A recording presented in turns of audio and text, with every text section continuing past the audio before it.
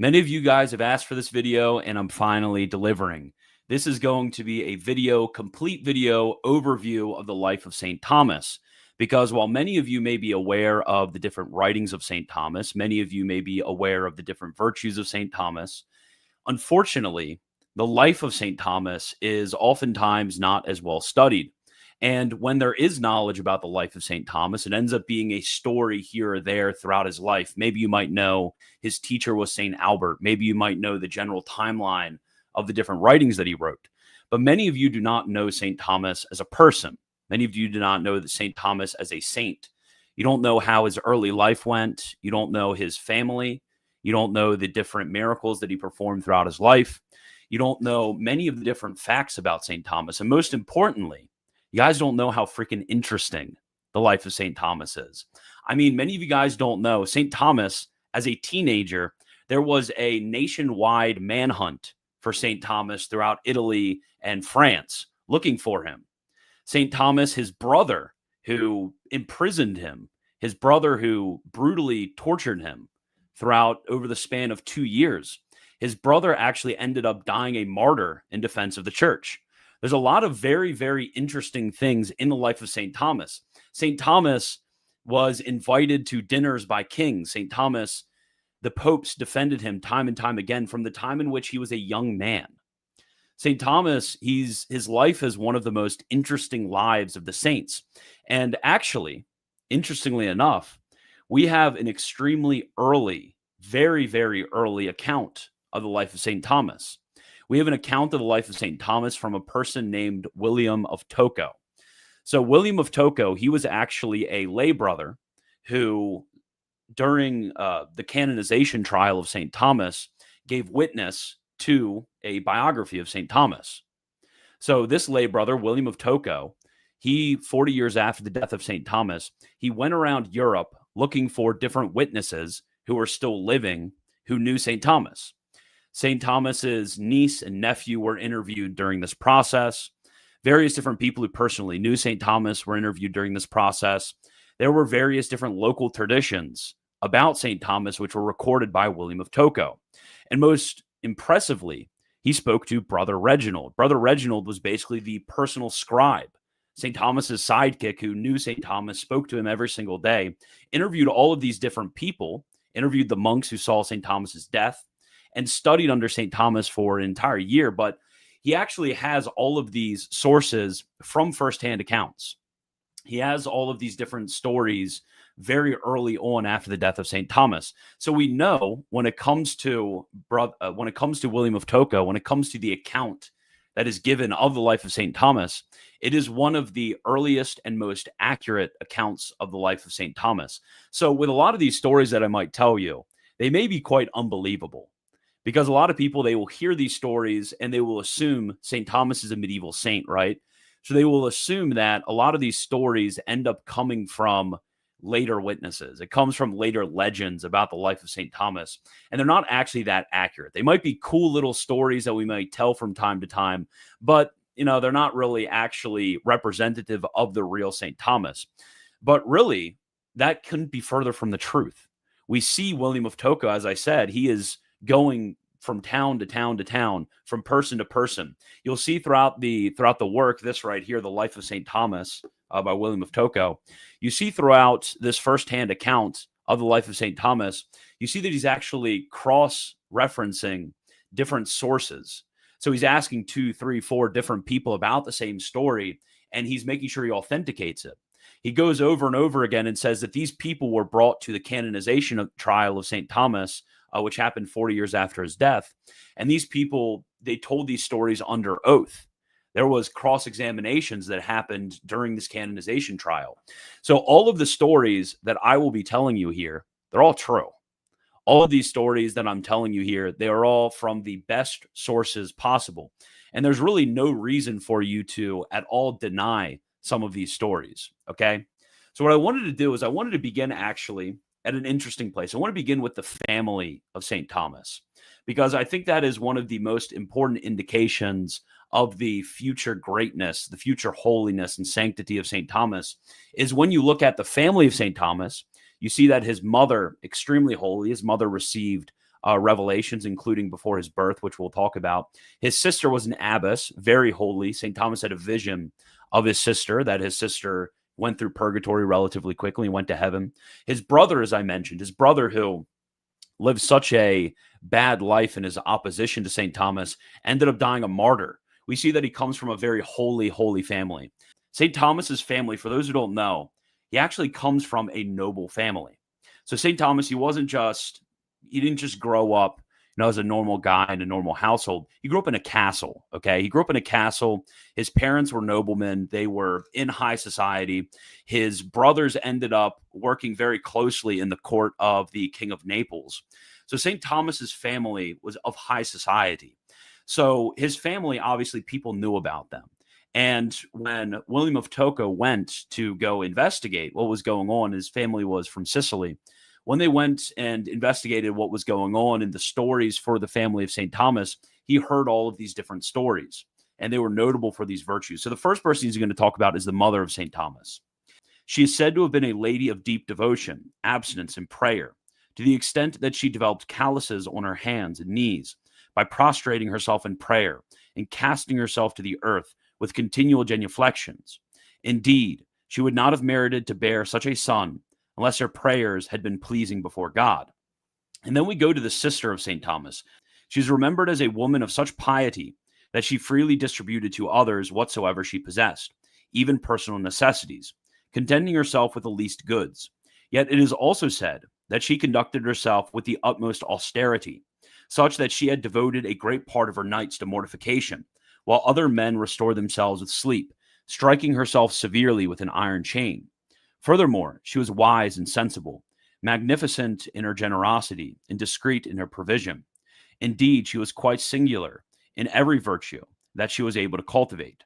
Following her happy death, when her body was unearthed in order to be translated for veneration, it was found to be incorrupt, and it emitted a sweet fragrance to those who stood by, and related this in testimony of her certain sanctity. And then after this, he actually talks about St. Thomas's nephew. So St. Thomas's nephew was one of the witnesses which was used by William of Tocco and was used during the canonization trial of St. Thomas. He too shows himself as an heir of this holy ancestry, giving off the fragrance of all those virtues enumerated above, in which he abounded by the great goodness of his life. While he was generously attending to the business and expenses surrounding the cause of his uncle St. Thomas, he devoutly completed his life, which was acceptable to God and men, by receiving the habit of his uncle's order, both for his own merit and as an example to other noblemen.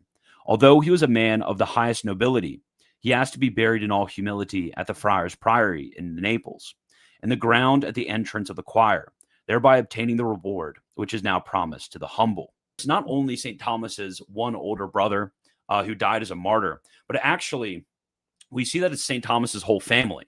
Emperor Frederick, he went and decided to persecute the church. And St. Thomas's entire family decided to side with the church. And many of them were exiled. Many of them were tortured. And one of them, as I mentioned, one of them died as a martyr. Great tales are told as well of this doctor's brothers, not only with respect to the virtue of their bodies, but still more that of their minds.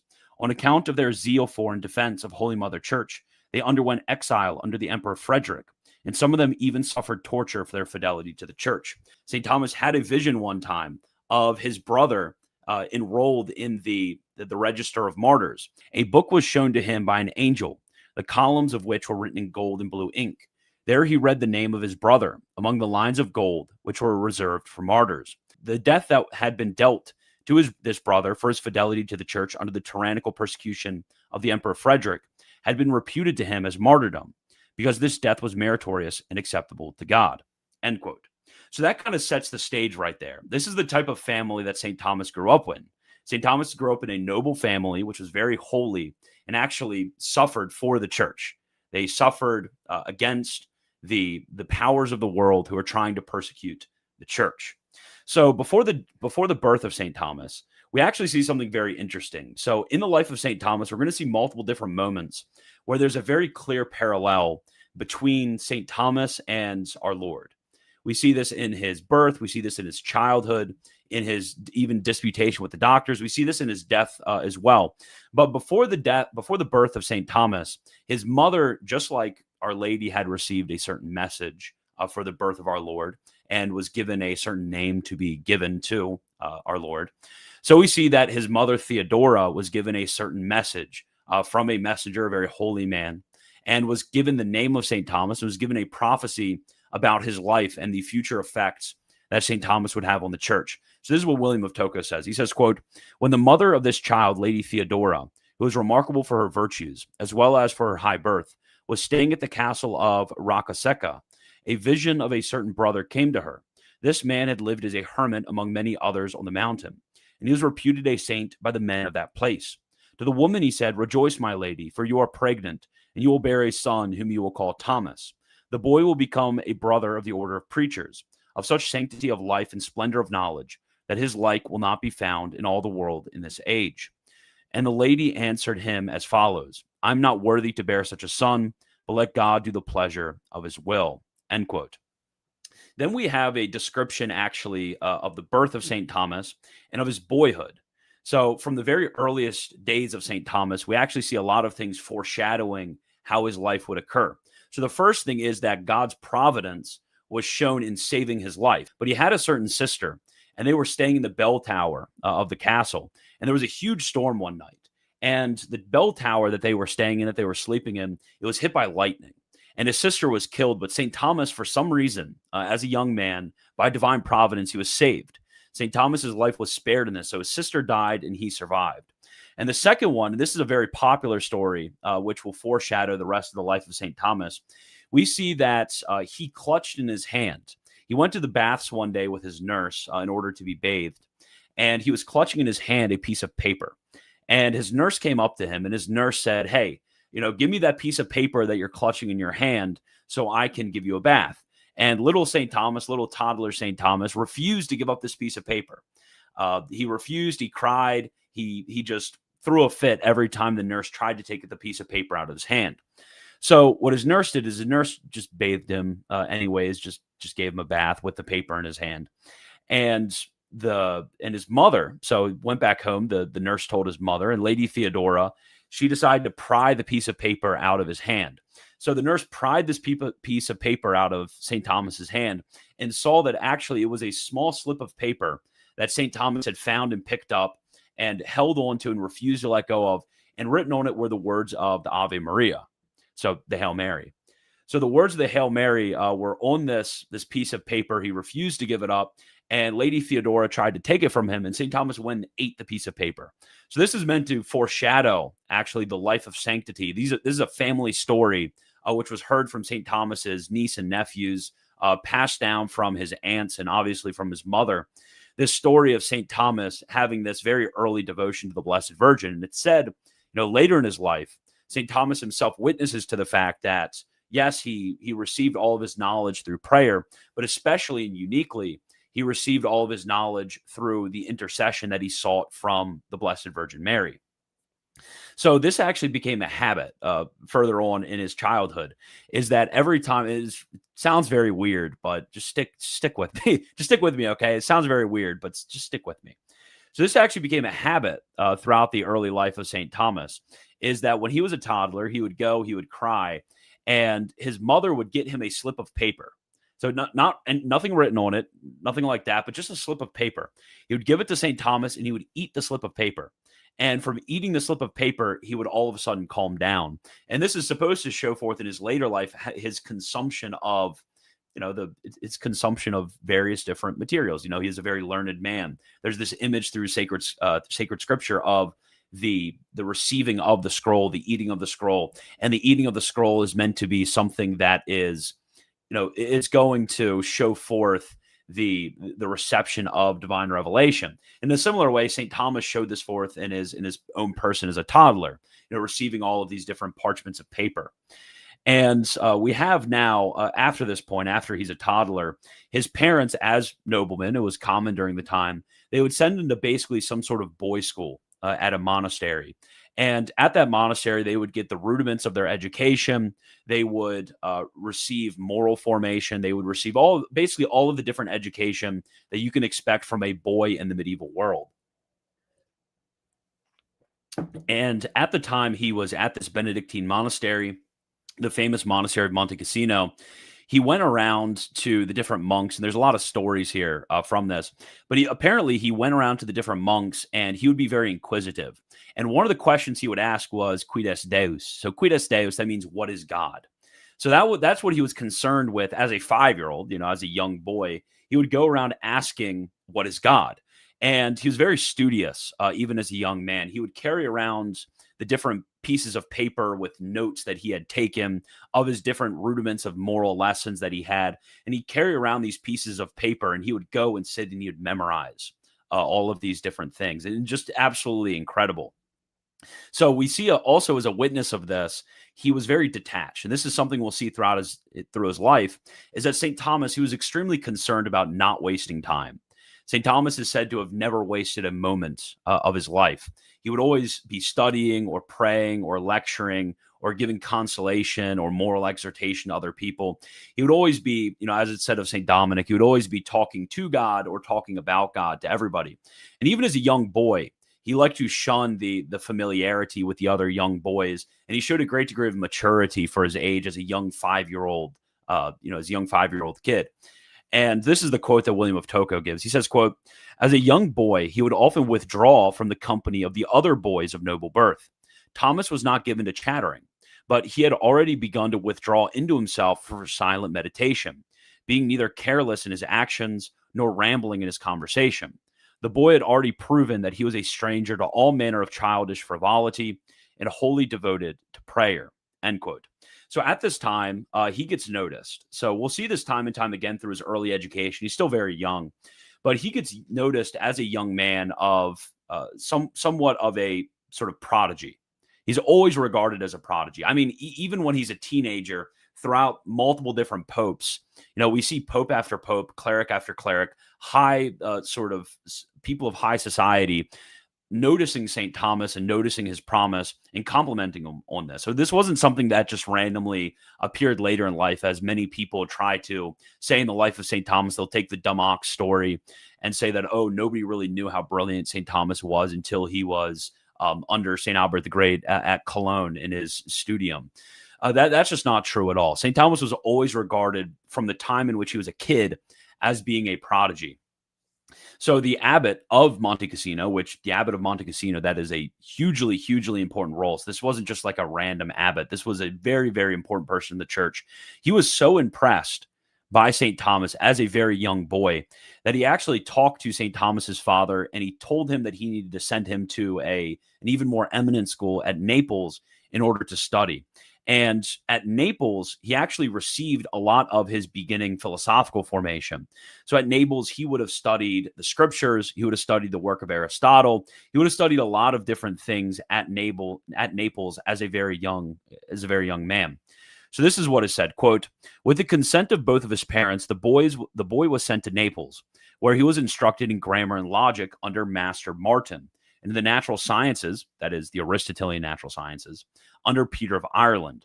In their classes, he began to manifest such a splendor of genius and penetrating intelligence that he could relate everything that he had learned with a greater depth, clarity, and understanding than even his teachers had displayed," end quote. And it's really at this time, so it's really at his time in Naples when he begins studying the sort of scholastic topics, that we see this sort of connection with the order of preachers, with the Dominican order that begins to form. We see that there are various different Dominicans who actually begin to have visions of St. Thomas. They have visions of this young boy who is currently studying, surpassing all of his teachers at this time. He's having these visions of this young boy who will eventually become this sort of great force within this church, this great glory for the order of preachers. So this is one of the visions which is related. So it says, quote, "Now it was fitting that God should confirm the grace that he had poured out into this chosen youth. Thus it was that divine providence continued to send presages concerning the boy.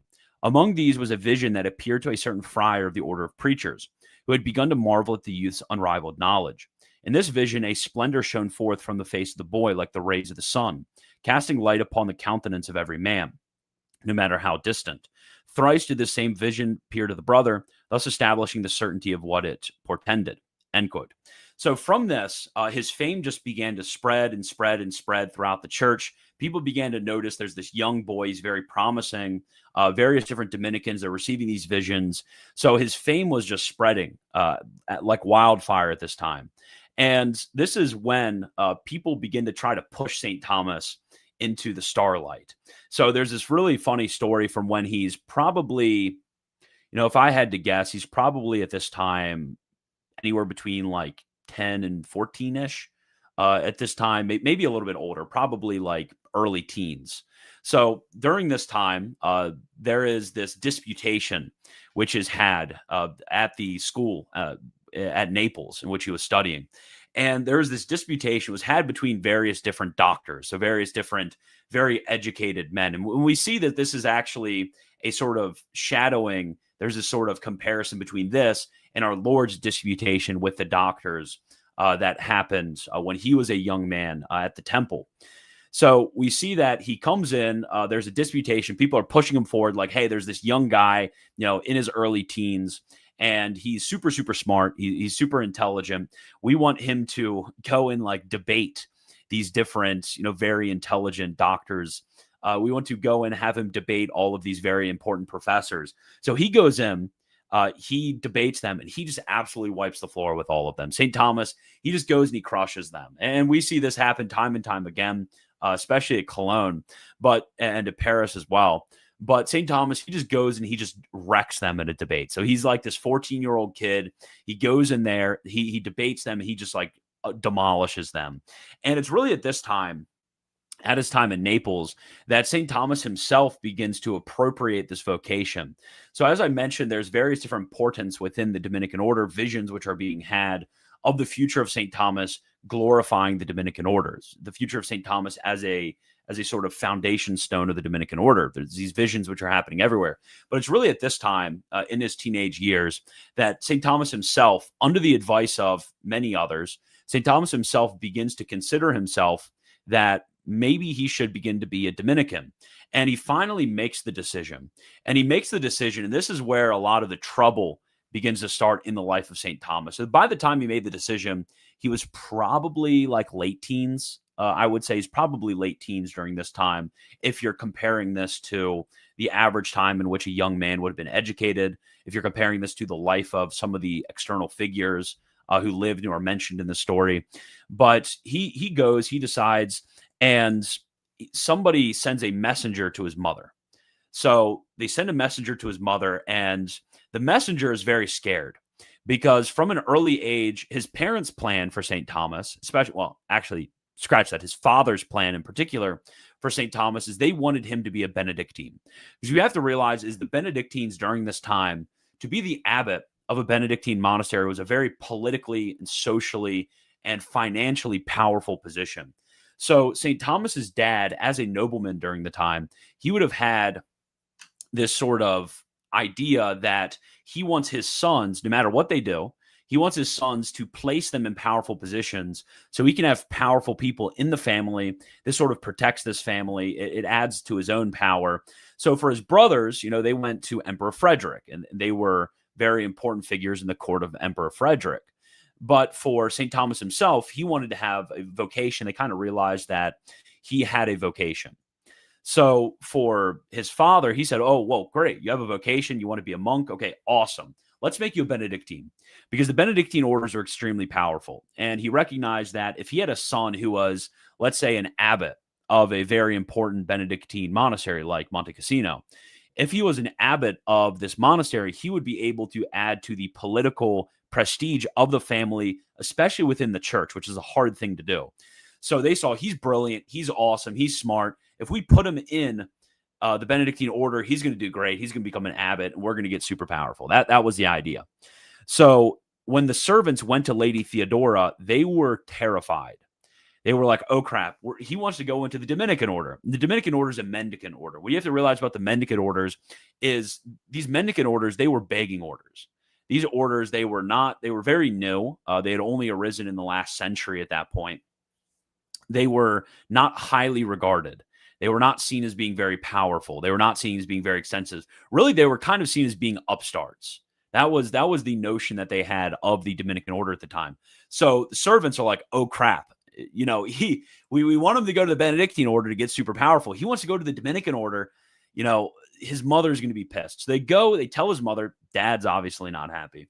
They go, they tell his mother, and despite their expectations, Lady Theodora, she's overjoyed. She's extremely happy. And the reason for this is probably because because there were these visions that were had from Lady Theodora. Lady Theodora had these visions. She had these portents. She talked to these wise men and realized that, he was going to be a Dominican. So she had accepted the fact of this already. So this happens, and she, because of her joy, she wants to go and come back to, I think it was come back to Naples at the time, if memory's serving me right. So she wanted to take a trip to Naples. So what they do is they're freaking out about this. They think that she's coming in order to go and to persuade him not to be a Dominican. Like, that's what they think that she is doing. So the lay brothers at the time, they make a horrible decision, and they go and they try to misread the situation completely. They go and they try to hide him in Rome. So they take him to Rome. They think that they're near the Pope and that St. Thomas will be safe there. And mind you, this is like, he's probably like a 17, 18-year-old kid at this time. Like he's like an old teenager. He's not an adult. He's just entered the Dominican order. They're grabbing him from school to school, city to city to try to hide him. And his mother's like, well, okay, I guess I will go and I will, come over to Rome. And his mother's like, okay, well, I'm not trying to take him. I'm trying to congratulate him. Her intention was to go and give him some maternal advice. He wanted to go, give him some advice, give him some consolation, and encourage him in his vocation. That's what Lady Theodora wanted to do. She's a very holy woman, as I mentioned. But they completely, they misread the situation. They say, oh, she's just lying. She wants to take him back, and she wants to keep him for herself. And they were freaking out because they loved St. Thomas. Everyone knew that St. Thomas was the guy. St. Thomas he was the GOAT, right? St. Thomas, he was going to establish the Dominican order in its fundamentals intellectually. So they wanted to hide him. So they hide him in Rome. She comes to Rome. They go and they hide him in Paris. And they hide him in Paris. And his mother at this time, she is completely distraught. His mother thinks, I'm never going to see him again. I'm never going to see my boy again. Her son, which his birth had been prophesied to her. So she makes a bad mistake. She makes a bad decision. And Lady Theodora, she made a bad decision for the right reasons. She wanted to go and she wanted to capture him. And she actually wanted to see him so she could give him these various different consolations. It was never to dissuade him from becoming a Dominican. That was his father and his brothers that tried to do this. So Lady Theodora, no Lady Theodora slander will be allowed. She's a saint. She's in heaven. Okay. So what happens at this point is she goes and she asks St. Thomas's brothers, like, hey, can you help me? Like, I'm just a woman, I'm not able to go to Paris and to capture St. Thomas. I'm fighting against, these Dominicans. So goes and asks his brothers, and his brothers were military men. They were in the court of Emperor Frederick, and Emperor Frederick hears of this, and they go and they ask Emperor Frederick, like, hey, can you help? And Emperor Frederick, he starts like a massive manhunt. He says, like, hey, I will give you all the soldiers you need. I will give you all the police officers you need. I will give you all of the different, firepower that you need in order to find St. Thomas. Like, that's Emperor Frederick's plan. So there's this like nationwide manhunt that takes place from Emperor Frederick. And they go and they eventually find him. And they try to, they like kind of beat the crap out of the other brothers that were with St. Thomas. They just beat him up. And with St. Thomas, they tell them, hey, give over the habit, give over the Dominican habit. You're not a Dominican anymore. Give it to me. And St. Thomas, he flatly refuses. He's like, I'm a Dominican. I will always be a Dominican. You cannot strip this habit off of me. You cannot do this. I'm going to, stand up for myself. I'm going to stand up for my vocation. I'm never, ever, ever going to be dissuaded from being a Dominican. So what they do is they just, send the brothers, and the brothers come, and, the brothers decide to start, beating him up, decide to start, they rip his habit to shreds. They mentally, psychologically torture St. Thomas. And his mother actually sent a lot of Dominicans in during this time to console St. Thomas, a lot of wise men to try to help St. Thomas firm up his vocation. And it is at this time, so the first time in the story of St. Thomas, that we actually get a papal intervention. So St. Thomas is like an 18-year-old kid, and the Pope himself hears about what's going on. The Pope himself hears that the emperor has captured this young Dominican, this star of the Dominican order, this young prodigy. They capture him, and he's being held in a castle. So the Pope hears about this, and he's like absolutely pissed about it. And he just rains down fire and brimstone on Emperor Frederick, which was a contributing factor actually in the very martyrdom of St. Thomas's own brother, which is ironic.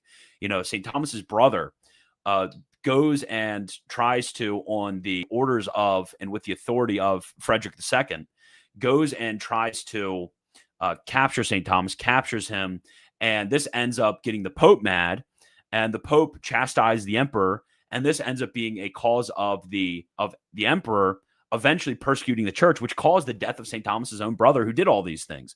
So it's a very weird situation that actually occurs during this time. So this is what William of Tocco says about the Pope's involvement in the situation. Quote, during this same time, the 4 friars, from whose care the peerless treasure of their order had been snatched away by the hands of worldlings, sought out Pope Innocent IV. The Supreme Pontiff was deeply troubled that this outrage had been committed, especially since it was done as though in his very presence, since he had been then staying in the neighboring region. Accordingly, Innocent commanded the emperor to inflict a worthy punishment on these abductors in satisfaction for their crime, fearing that he would incur the Pope's indignation if he failed to make just amends. The emperor saw to it that the brothers of Friar Thomas were seized. End quote. So Frederick goes and arrests the brothers of St. Thomas because Innocent told him to. So crazy stuff is happening. The emperor and the Pope are fighting over 18-year-old St. Thomas Aquinas. So kind of going back to St. Thomas's time in the castle and away from the geopolitical realities of the fighting over St. Thomas, he was imprisoned in the castle for a span of around 2 years. So this would have been from the time in which he was 18 to around the time in which he was 20 years old. So during this time, he had a few different books at his disposal. The main 2 books which he would have had at his disposal was the Bible and Lombard Sentences. And he also wrote a treatise on Aristotle, so maybe he had access to some other works as well. But the main 2 were the Sentences of Lombard and the Bible. And he just spent all of his time during these 2 years reading these over and over and over again. And there are actually some reports that during this time in which he was imprisoned in the castle by his brothers, he actually memorized the entire Bible. That's what was said to happen. He memorized the whole Bible. And during this time, he started teaching his sisters. So his sisters would come and take care of him, and he would teach his sisters in the scriptures. Remember, he had the one sister who became a Benedictine and eventually a pretty eminent abbess. And then he had another sister, which he had visions of both of them in heaven. So they're both in heaven, and along with his mother and his brother. But his other sister ended up becoming a very holy, noble woman who had very holy children. So during this time, he basically spent most of his time going between studying, praying, and then getting beat up or somehow intellectually or psychologically tortured by his brothers. So this is what William of Tocco describes it as. Quote, St. Thomas devoted himself entirely to prayer, contemplation, lectio divina.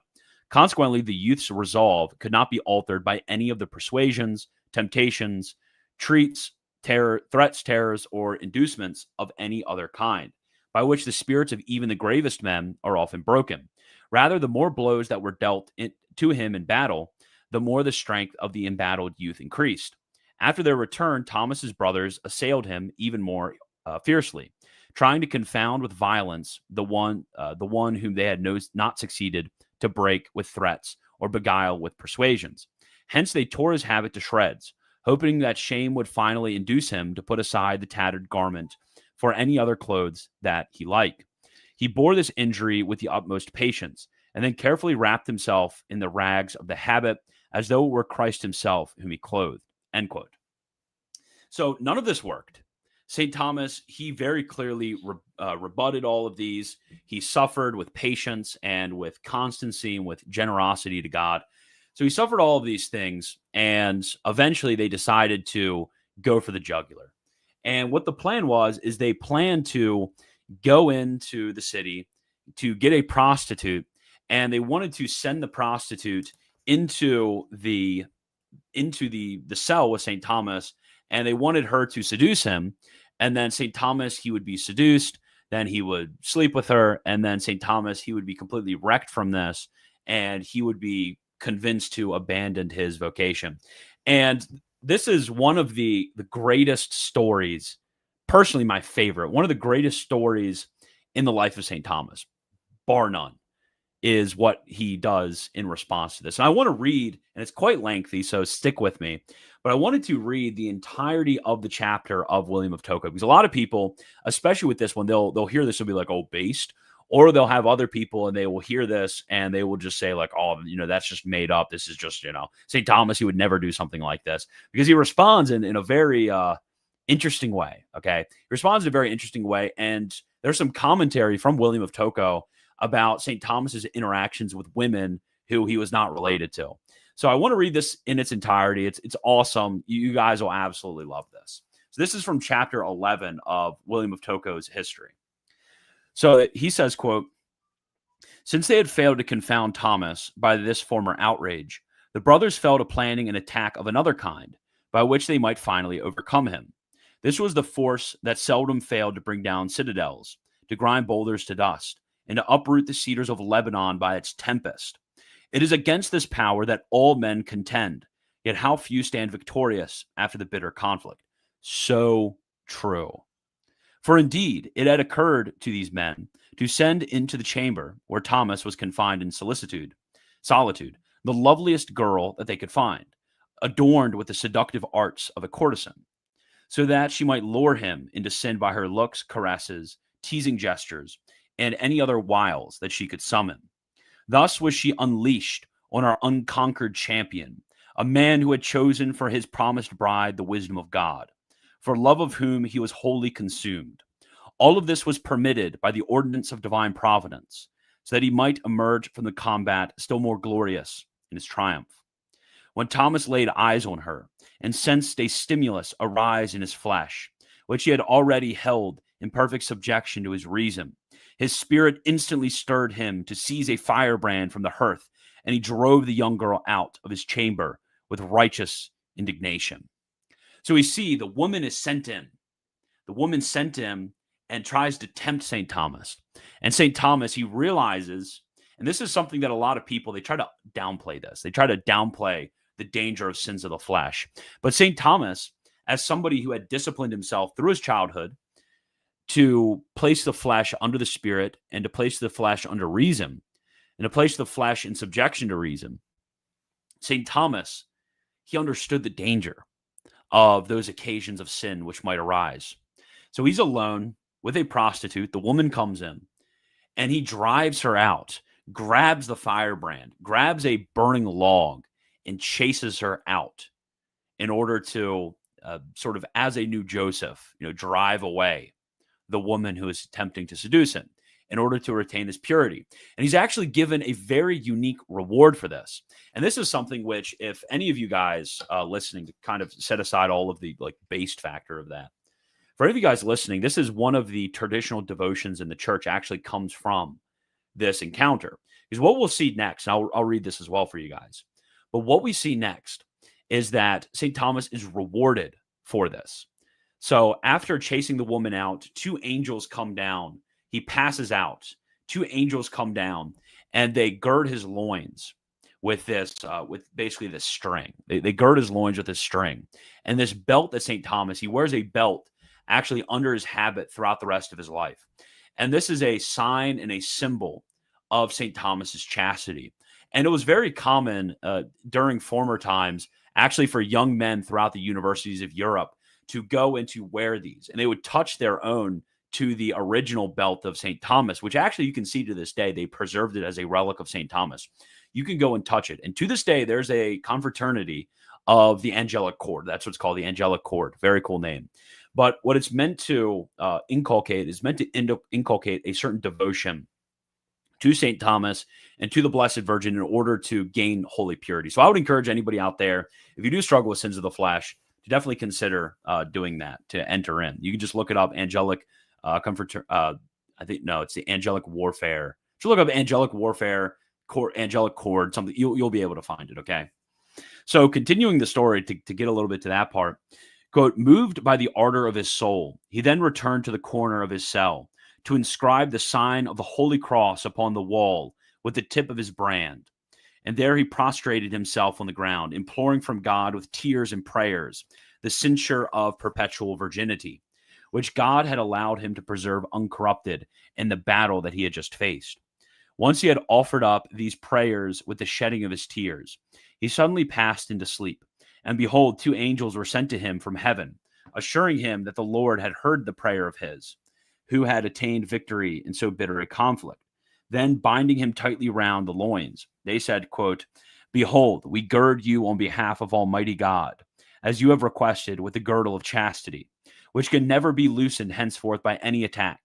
That which human virtue cannot obtain is now granted to you by the munificent gift of divine grace. Nor did he ever sense the slightest loosening of this girdle, which was revealed after the saint's death by the faithful testimony of his confessors, as we will discuss hereafter. This is just a beautiful story. But what's next is we see that beyond, and this is extremely important when understanding the sort of life of purity that we ought to lead. Beyond the awesome instance of him removing the occasion, beyond the awesome instance of imploring God, beyond the considerations of that interior grace which was given to St. Thomas through prayer, we see that actually St. Thomas, he was very rigorous. Even amongst all these things, even amongst the promise which was given to him, he was very rigorous about avoiding occasions of sin when it comes to familiarity with women. And we see this throughout his life. And this is what William of Tocco says about him. He says, quote, having emerged from this grave attack with his virginity perfectly intact, he never afterwards perceived any violation of its integrity. Indeed, from that time on, he always found the sight of women abhorrent, and he avoided their company in conversation as far as he was able.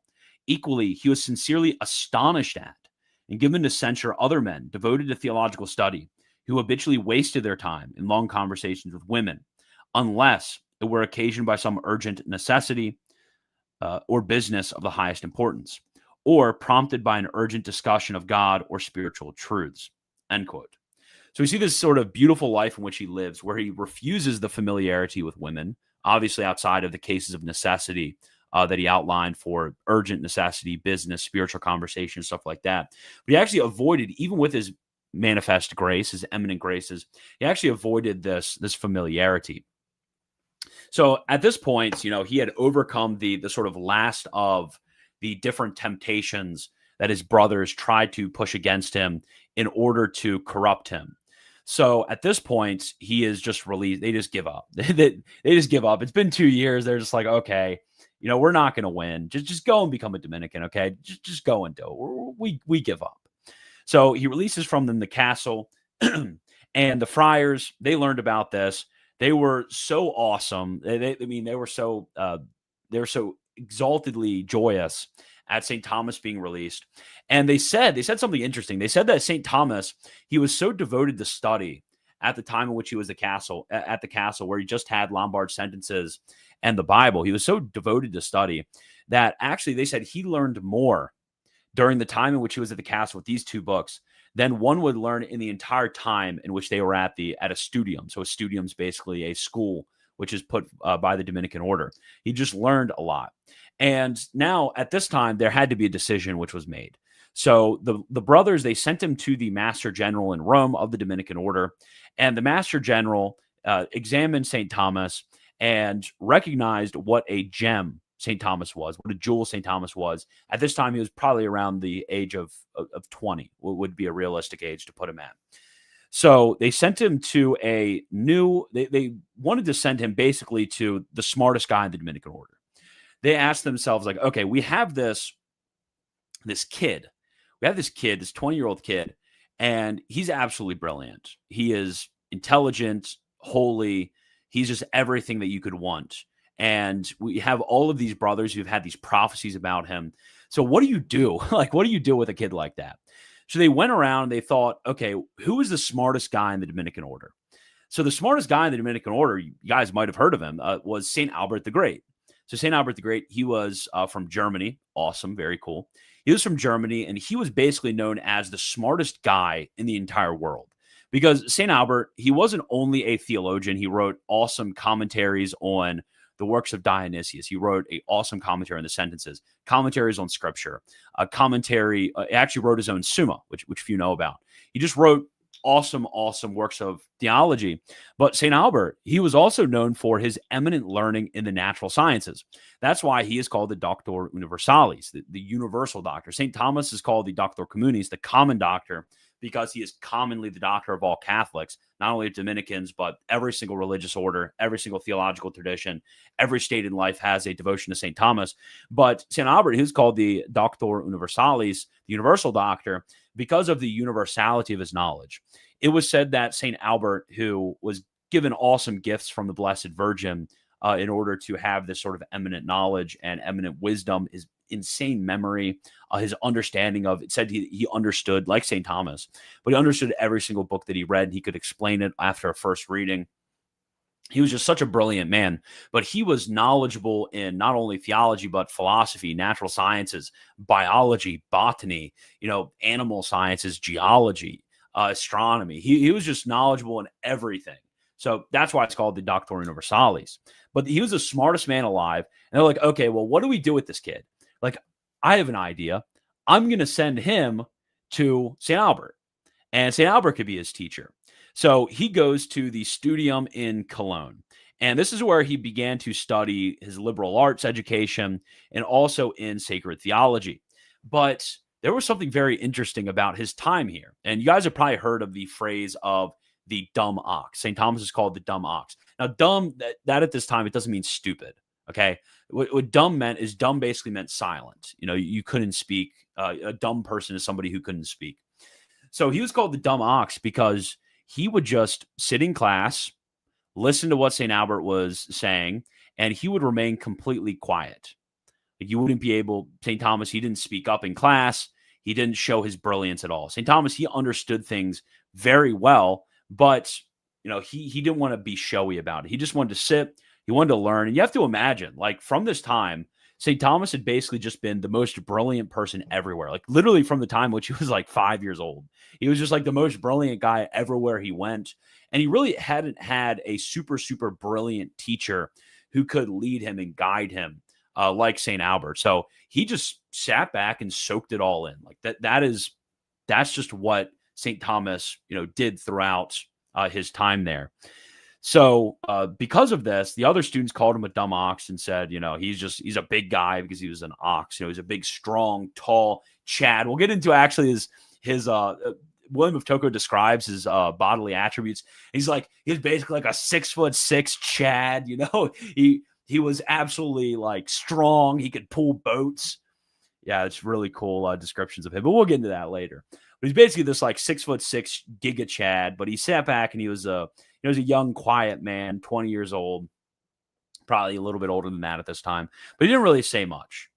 And another student, because of this, he had compassion on St. Thomas. The other students, they made fun of him. You're just dumb ox over here. What is he doing? But another student, he's like, oh, maybe what he needs, maybe he's just like not confident in himself. Maybe he just doesn't know what he's talking about. Like the funniest move ever. Imagine you're in class. There's another guy. You're trying to be nice. You're like, oh, maybe I should help him. He's like, oh, I should tutor him. Like, I should give him some free tutoring. That would be really nice. So they take him and they're like, okay, let me explain this to you. Let me explain the lesson that we gave. And then St. Thomas, he's super humble. St. Thomas, he was just such a humble guy. And he's like, okay, yeah, you can give me the lesson. Imagine you're just like here trying to give this lesson. It ends up being St. Thomas that you're trying to teach, like literally the smartest guy in the history of the world. Like crazy L that he took trying to do this. But he's trying to give this exposition and he's explaining the text. It was, I think, of St. Dionysius's divine names. He's explaining this text. And then the guy's like, oh, I think I forget this point. He's like, oh, crap, I can't remember. Let me go look at his notes. And then St. Thomas is like, oh no, I remember this. Like, let me just go there. And he's like, are you sure? Are you sure you can explain this? Like, are you okay? And St. Thomas is like, yeah, I got it. And then he starts explaining it. And he just like completely goes off. He has a go off moment. And he explains the entirety like of the book in detail, gives like all new distinctions that St. Albert himself didn't even give, explains it in more detail than St. Albert even explained it. And this guy's just like sitting there the whole time, like, what's going on here? What is this guy? What is this guy? And he just gives this awesome explanation that, was just incredible. And the other guy's like, okay, we need to we need to tell somebody about this. We need to let somebody know about this kid. And St. Thomas, he begs him. He's like, no, please, don't do it. And St. Thomas, he offers him just like an awesome offer. He's like, hey, if you don't tell anybody about this, what I'll do is I'll actually like give you free lessons. Like I will, after class every day, I will go and I'll explain everything to you just to make sure you were just like an awesome student. The other guy's like, maybe.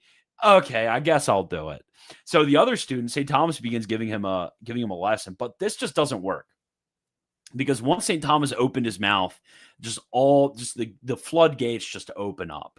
And everyone's starting to hear rumors and whispers that this guy's actually like the most brilliant person in the history of the world. And St. Albert's, he actually received some notes from St. Thomas. It's really weird. It's like a really weird story. It's extremely strange.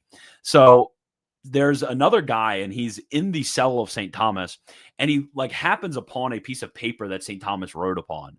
And he just starts reading. He's like, what is this? Like, what is this? And by the way, this is one of the only stories which might be fake because St. Thomas's handwriting is notoriously some of the hardest handwriting ever to read. I'm joking about that. But his handwriting is actually awful. If you look into it, like there's only like 3 people alive today who can actually read the handwriting of St. Thomas.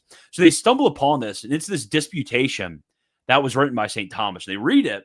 It's like, oh, wow. Look at this disputation. This guy is crazy smart. Let me go and find St. Albert, the teacher, and give him this disputation. Say, hey, look at this guy. He's actually really smart. He's actually not dumb. He's actually not stupid. And St. Albert, from this, he's like, okay, well, this guy's brilliant. What we need to do, and this kind of is foreshadowed in his earlier disputation with the teachers at Cologne.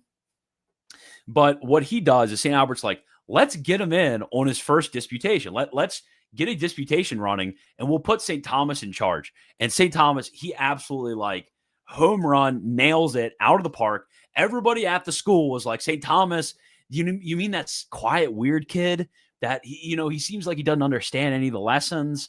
Like, you mean that guy? You're putting him in front of the whole school? Are you kidding me? Like, he's gonna just flop on this.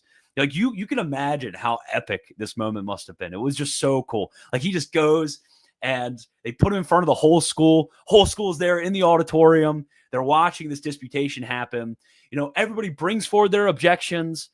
St. Albert, he answers it, and it was the job of the assistant. St. Thomas was the assistant. It was the job of the assistant to actually reply to all of the objections.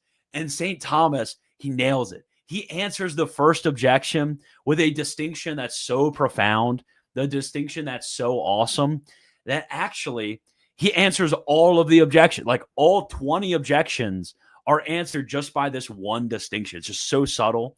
And St. Albert turns to him and he's like, you just answered like the whole thing. Like all of the objections are just wrecked by this distinction, these distinctions that you gave in the reply to the first objection in this disputation. He's like, well, everybody pack it up, go home. He answered the whole question with this distinction. And St. Albert's like, wait a second. This is actually better than my own distinction. Like in my own response that I gave to this question, St. Albert, the smartest guy in the history of the world, like some 21-year-old kid is sitting here and like answering this, like smartest man in the history of the world is just like, dude, the reply you gave to this objection is better than what I gave to the response to the question in the first place. So you just go ahead and answer the response. And then St. Thomas completely locks him. And St. Thomas answers the response, and just completely just in awe, just gives the best reply ever. And all of the people who oppose St. Thomas, I guess they just like gave up. They just like quit theology. They dropped out of school. They like me, dropped out of school, started working at Walmart, right? They were just like, I give up. Like, what can we, like St. Thomas, St. Albert are here. Like, do we really need anybody else studying theology at this point? Shouldn't we all just be out there, like preaching the God? We have St. Thomas. We don't really need anybody else, but I'm kind of joking about that.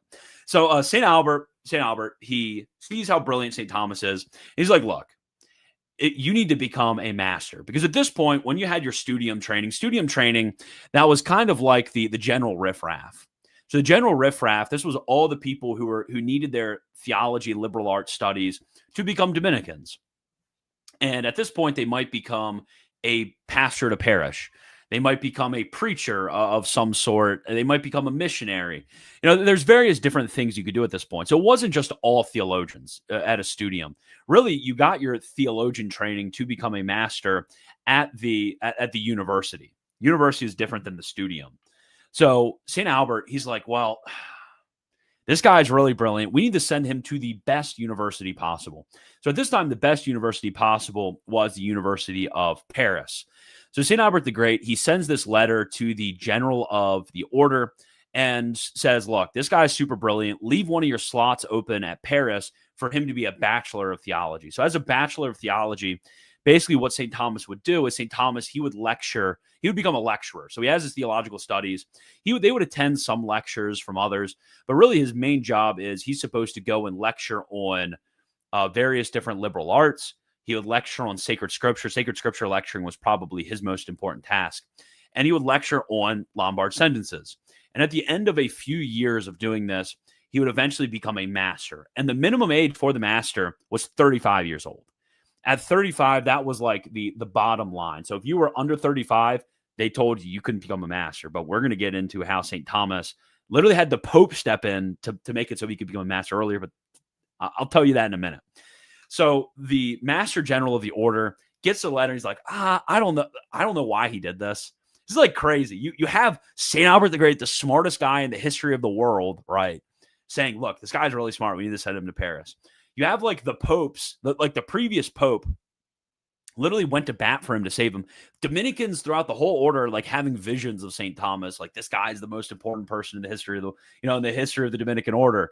And the master general was like, I don't know about it. I don't know what was going on there. If somebody knows the explanation, I would be curious to hear it, because that seems to make absolutely no sense to me. So the master general of the order, he doesn't really agree to this. He's like, I don't know. And somebody else steps in, and let's be honest, you probably haven't heard of him. I just hope that everybody would hear of him because of how awesome he is. So Cardinal Hugh of St. Cher. So Cardinal Hugh of St. Cher was the best. Yeah, I will say that. He is the best exegete outside of St. Thomas of the medieval era. Hugh of St. Cher, he's just this brilliant, brilliant guy. He's like studying rabbinic literature in like the medieval era. He's, studying everything ever written on exegesis. He's just the biblical commentator of the medieval era of the Dominican order par excellence, like one of the most brilliant people ever, for sure. So Hugh of St. Cher, personally, Cardinal of the Church, steps in to the master of the Dominican order and is like, dude, this guy, he's the real deal. He's really, really smart. So another one of the most brilliant people ever is like, hey, he's really, really smart. You should actually get him into Paris, the University of Paris, because he needs to be there. It's the best chance that he has for the future. And then, he goes there and he becomes famous at Paris. He became famous. Actually, you guys would be pretty interested in this. He became most famous for his simple and lucid style. So St. Thomas, he wasn't super famous for, being really complicated. He wasn't super famous for talking about stuff that people couldn't understand. Really, he was super famous because he would talk about really complicated things, and his style was so lucid in explaining these complicated topics that people would just be able to grasp them. And he started this is probably in his, mid-20s. He started just explaining things. So like around my age, like, dude, what the heck am I doing? I'm just sitting here making YouTube videos right now. I'm just sitting here doing live streams on YouTube. I'm sitting here posting on Twitter, writing small Substack articles. Like that's what I'm doing. I'm sitting here doing stuff like that. St. Thomas, he was like commenting on the whole Bible. He was renowned, brilliant amongst all the theologians in Paris, like the greatest school in the world. That'd be like if I went to Rome and like all the Roman theologians were like, this guy's the best. And like Pope Leo was like, this guy's the best. And all the cardinals were like, you need to, Master General of the Order is like, you need to protect this guy. Smartest guy alive is like, oh yeah, you need to protect this guy. Like I'm here doing YouTube videos. He was there just like inventing, new ways of doing theology when he's like 23. And just completely wowing everybody in the history of the world, just destroying people in disputations. So, yeah, that'll make you realize just how stupid we are. Like, this is what St. Thomas was doing. We're like complete idiots. So if you question me, like why I pick up, I pick up these volumes, and I'm just like, I trust the plan. I'm a plan truster. I completely trust whatever St. Thomas says. I read it, and as long as there hasn't been a decision against the church, I just read it and I agree with it. If you ever wonder why, it's because he was doing stuff like this. And what's even more impressive, and I didn't write this in my notes, but I have this as a quote from somebody else, Aegidius Romanus. So if you don't know who Aegidius Romanus is, Aegidius Romanus, he is the top theologian of the Augustinian order. He is basically what St. Thomas is to the Dominicans and Blessed Scotus and St. Bonaventure and Alexander of Hales are to the Franciscans. That's who Aegidius Romanus was to the Augustinian order. And the Augustinian order, by the way, wasn't like a tiny order. It was a huge order in the medieval world. So to be the top dog of the Dominican order, that's like one of the highest praises that you could possibly have. And not only was he made the top dog like after his life, like St. Thomas was in the Dominican order, literally during his life, like he had not even died. He was showing up.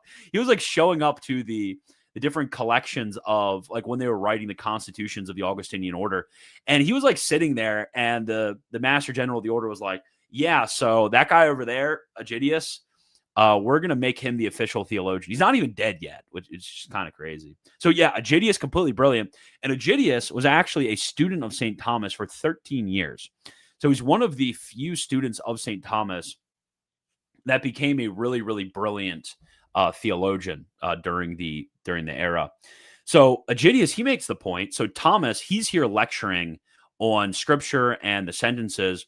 And obviously the positions that St. Thomas takes the moment that he steps in Paris, the positions that St. Thomas takes in his lecturing, that becomes, he is known for that. Like when you take positions on controversial questions, back then, like people remember that. It's kind of like, I take a position on a controversial question in a YouTube video and I become known for that controversial question. So, if I change my opinion on something, people will know about it, right? Which I have changed my opinion on a lot of things because I am dumb and St. Thomas is really smart.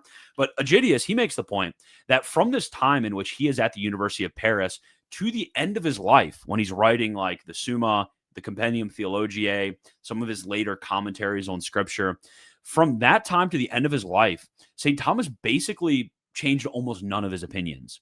He had already... So not only is he like inventing this new style, which everyone's like, this is just so brilliant. This is just so awesome. It's so lucid. Not only is he doing that at like 24, 25 years old, he's also he also figured out all of his positions on literally everything. He figured out all of his positions on every single topic of theology and then just like didn't change all of them throughout his life. I mean, he changed on a handful of opinions. I'd say probably, if I had to count, less than a dozen. But he already figured out all of his positions and everything, and he just like repeated them in different ways, more or less complexity, more or less arguments, more or less detail. It's just, he's just so awesome. Like if you don't like St. Thomas, I'm sorry, but you're probably, I was going to say something really, I was going to say something. No, you're probably like a gooner. You're probably somehow the demons are somehow gone to you. Like there's no, like if you hate St. Thomas, you are under demonic oppression. You probably are a gooner. You're probably like very unhappy. Your life probably sucks if you don't like St. Thomas. Like I could imagine if I hated St. Thomas, my life would suck too. But yeah, he's just so awesome. But this is what Aegidius says. He says, quote, "A manifest sign of the intellectual subtlety and true judgment of this wonderful doctor, so worthy of our remembrance, Friar Thomas of Aquino, is that with few exceptions, he altered neither in his teaching nor in his writings as a master the determinations and arguments that he originated as a bachelor," end quote. So, that's what he was doing. That's what he was doing. So at this time, he, as I mentioned, becomes very well known, writing his commentary on the sentences during this time, which is what a master would do, commenting throughout the entirety of the Bible, as a master would do. He becomes very well known for all of this, and he becomes so brilliant. So he's just so brilliant that, I mentioned earlier that he needed to be 35 in order to become a master of theology. Well, actually, they were like, dude, you're so smart. We want to make you a master at 31. So 4 years before. And he's actually, interestingly enough, made a master around the same, actually at the same time that St. Bonaventure was made a master. So they studied together in Paris, which is a really cool fact. And they had a friendship throughout their entire lives. And they actually ended up dying both in 1274, around the Second Council of Lyon. So they had a very close friendship throughout their life. So we have to understand at this time, they're trying to put forward this guy at 31 years old to become a master of theology at Paris. And all of the masters of the order, they hear this and they're pissed. They are pissed. Like the masters at Paris, especially the secular masters at Paris, they're very catty. Okay. They were very catty. It was like an inn. It was like their little clique. And they didn't want this guy, this new kid who's showing them all up, like just time and time again. Like the descriptions are crazy. He's like 28-year-old bachelor. He shows up to the disputed question. Some guy has been teaching theology for like 50 years shows up. And then St. Thomas just like absolutely waterboards him, and like theologically waterboards him. And then what like adds insult to injury, which we'll read some of these instances later. What adds insult to injury is that St. Thomas, he's just like so nice about it. He's such a kind soul. He's such a gentle soul. He's just like, oh yes, here's what you missed. Like you didn't see this. And like the other guy is seething, like, erg, how did this guy correct me? He's like 27 years old. And St. Thomas, he's just like, oh, I was just trying to help you out. Like, why are you getting so mad right now? So it's crazy. So they're all pissed at him, like all the secular masters, and they don't like the Mendicant orders either. They don't like the Franciscans. They don't like the Dominicans. So they try to block St. Thomas from becoming a master because they had true authority within the university structure. So obviously in subordination to the church, but they had true authority in the university. So they just wanted to get rid of him. They didn't like St. Thomas. They really hated him. So who steps in? The Pope steps in. So the Pope himself hears about this. He's like, St. Thomas, he's awesome. We love St. Thomas. He's 31 at this time. St. Thomas, we love him so much. So they send a letter and they're like, hey, you guys got to let St. Thomas in or I'm going to like excommunicate all of you. I'm going to place the university under interdict. I'm going to, blow you guys up. No, he's not going to do that. But he's basically like, I'm going to kick you out unless you let St. Thomas into the magistry. So they let St. Thomas in. It's so awesome. The Pope just steps in and mogs all of them. And he has this vision. And he has this vision at the time of his inaugural lecture. And it's a very profound vision during the time of St. Thomas's life. It's a very important moment. And I really wanted to actually read to you expressly what happened during the time of this vision, because this really sets the stage for the rest of St. Thomas's life. So he says, quote, humbly receiving this burden, Thomas retired to his usual place of prayer, where he prostrated himself and cried out to God, begging that he would deign to infuse him, an unworthy servant, whom the Lord had already deigned to enrich with many graces, with the learning that he required to execute the office of master. And thus he began to pray the psalm, Save me, O Lord, for truths are decayed from among the children of men. But sleep came upon him in the midst of his prayer, and behold, divine providence sent a messenger to him in his sleep, a man appearing as an ancient and venerable friar of the order. And he said to Thomas, Brother Thomas, why are you petitioning God with your tears? He responded, because a burden has been imposed upon me, for which my learning is not sufficient, the office of master, and I cannot think of what theme I will propose for my inaugural lecture. And by the way, this inaugural lecture, like you can go on Aquinas.cc and actually read the lecture which he gave. It's under the Old Testament commentary section on Aquinas.cc. So you can actually read this lecture that he gave. And the person who appeared to him in his sleep is actually said to be St. Dominic himself.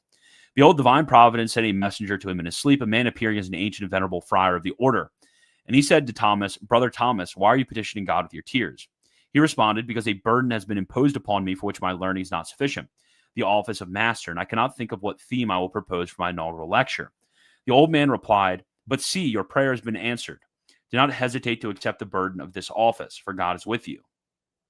For your lecture, you will take no other text than this: Thou waterest the hills from thy upper rooms, the earth shall be filled with the fruit of thy works." After he said this, Friar Thomas awoke and gave thanks to God, who had answered his prayer so readily. Now, these words did not merely serve as the theme for Thomas's inaugural lecture, but they also assured him of the sufficiency of his studies. In this way, he nourished the entire church with the truths that he received on the Mount of Divine Contemplation, like a field once sown with heavenly seed, brought to fruition by the gentle showers of wisdom. Truly, it is manifest to all the Catholic faithful that, in places of learning around the world, nothing is studied in the fields of philosophy and theology that has not been drawn from his writings. So true. Nothing is taught which has not been drawn from his writings in all of Catholic theology. This is so awesome. This is great. We love to hear it. While many other masters, this is a good point. This is a good point. He kind of counter signals the later masters.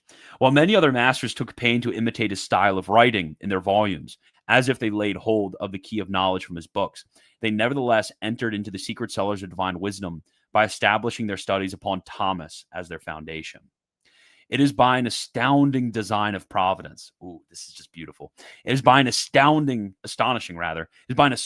design of providence that nearly every writer who chose to depart from Thomas's doctrine is found to err in faith or morals. In this way, both kinds of men give witness to Thomas: his followers by their commendation, and his detractors by their departure from the truth. So this basically sets the stage for his magistry. 31 years old, he becomes a master of theology. He has his foundational work, his commentary on the sentences. He receives his vision from St. Dominic, and St. Dominic basically inspires him in his inaugural lecture for what will serve as the establishment of his entire career. And William of Tocco, he goes on and he actually gives a few notes, interesting historical notes on various different writings from St. Thomas, various different visions and miraculous interventions throughout the writings of different works of St. Thomas. The first one he gives, and this is a super interesting one, because you wouldn't expect this. Like, he explains actually how St. Thomas is described most clearly in his mystical state, in a state of contemplation. The fruits of his mystical state come out most clearly in a certain work of his. And a lot of you guys, you may be like, oh, is it in his spiritual works? Maybe is it in his commentaries on scripture? Maybe it's in his Summa, right? But actually what he says is, he says his Summa Contra Gentiles is where the contemplation of St. Thomas showed forth most clearly. So this is what William of Tocco says, quote, "Thomas wonderfully revealed both what he understood by the force of his own intellect and that which he obtained from God in the ecstasy of prayer. While he was writing this book, Thomas often seemed to have been a total stranger to the bodily senses, as his attention was always completely absorbed by divine revelation," end quote. So the Summa Contra Gentiles, he basically, during the entire writing of it, he was absorbed in divine contemplation while he was writing. He says it shows forth most clearly. And the explanation that he gives is really interesting. He says when you read a lot of the works of St. Thomas, like, yeah, there's a lot of complexity to it. Yeah, there's a lot of, erudition to it. There's a lot of important details. There's a lot of proofs and such. But really what shows forth most clearly in Summa Contra Gentiles is just the sheer amount of connections that are made. Like, he'll go into something and give 30 proofs for it. And he's like, how did he figure out all of these new proofs? Like, there is no way he was just sitting around all the time and thinking of these 30 proofs. So it had to have been, he was in a state of contemplation, detached from the senses, just receiving all of these from divine wisdom, as he was writing. It's just absolutely extraordinary. And then next in his Catena on the four Gospels, it's witnessed that St. Thomas, you read these, it's just amazing. To think about this. If you pick up a copy of the Catena of the Four Gospels, actually translated into English by another saint, St. John Henry Newman, interesting fact. When you look at the Catena on the Four Gospels, it's basically just volumes of patristic quotations. St. Thomas, he had a little trip that he engaged in where he went from monastery to monastery to monastery. He went from city to city to city, especially in Rome, and he wanted to collect all of the patristic quotes that he could find for the four gospels in order to provide an explanation of the four gospels. And it really was the most impressive work of patrology in the medieval era, bar none. Like, St. Thomas is not given credit for this, but St. Thomas truly was one of the greatest students of the church fathers ever. I mean, he basically, like, his work on St. John Chrysostom especially is just astonishing, absolutely astonishing. He basically reintroduced St. John Chrysostom to a degree in the Western church. Incredible. But there's actually a famous story when St. Thomas, on the St. John Chrysostom note, I can skip around. It's my video. I'll talk about whatever I want, whenever I want, okay? But there's a story, St. Thomas, he was in Paris, and his students were following behind him in Paris. And his students are like, hey, Thomas, wouldn't it be like, I could just imagine this. This seems like a super chat I would get. It seems like one of the super chats I would get to be like, hey, Wagner, wouldn't it be cool if this happened? They're like, hey, Thomas, wouldn't it be really cool if you were like king of Paris? And, it's such a weird thing to say. Honestly, I probably would have made fun of the person, but St. Thomas, he's too nice to do that. I would have made fun of the person for saying something so dumb. It's like, king of Paris, I'm a theologian. Like, I'm a Dominican. Like, it's my life to sit around and study stuff. Why would I want to be the king of Paris? It's just like, it's such a crazy thing. Like, people literally never change. They're always asking these sorts of like really dumb questions. Like, oh, you want to be the king of Paris? But yeah, so St. Thomas is like, one, he said this in a nice way. I'm going to say it in a mean way. He's like, no, I'm like literally a contemplative. I'm a monk. Like, why would I be the king of Paris? That makes no sense. And two, he's like, I would rather have than all of Paris. I would give up all of Paris for a set of St. John Chrysostom's homilies. Like, literally to discuss, I think it was on the Gospel of Matthew. It's like, I would give all of Paris, all of the entire city, to just have one copy of St. John Chrysostom's commentary on Matthew, because he was such an erudite student of St. John Chrysostom. But anyways, this is what he said. He actually is said to have, for that very impressive set of patristic commentary on the four gospels, he's said to have memorized all of it. So he didn't go around like copying down all of the quotes he read throughout all of these different monasteries. No, he just went there, he read it, he memorized them. He memorized these quotes. Like, literally volumes of quotes. He memorized them. You are not St. Thomas. You're whatever theologian you like above St. Thomas is not St. Thomas. St. Thomas, he's the best. He's the greatest. He's the common doctor of the church, commended by so many wise and holy men, commended by so many eminent theologians, commended by so many popes and councils. St. Thomas, he is the greatest to ever exist. All of the different orders, the Franciscans, they have Alexander of Hales. The Franciscans, they have St. Bonaventure, and they have Blessed Scotus. And they, in due proportion, they recommend themselves to their doctors. The Augustinians, they have Aegidius Romanus, Thomas of Strasbourg. They have all of these eminent theologians. They have all of them.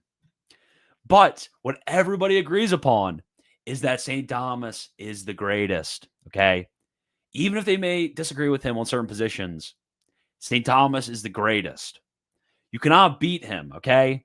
Nobody can beat him. There are visions of holy men where St. Augustine himself, the father of fathers, the greatest of the fathers, appeared to them and told them, St. Thomas is better than me.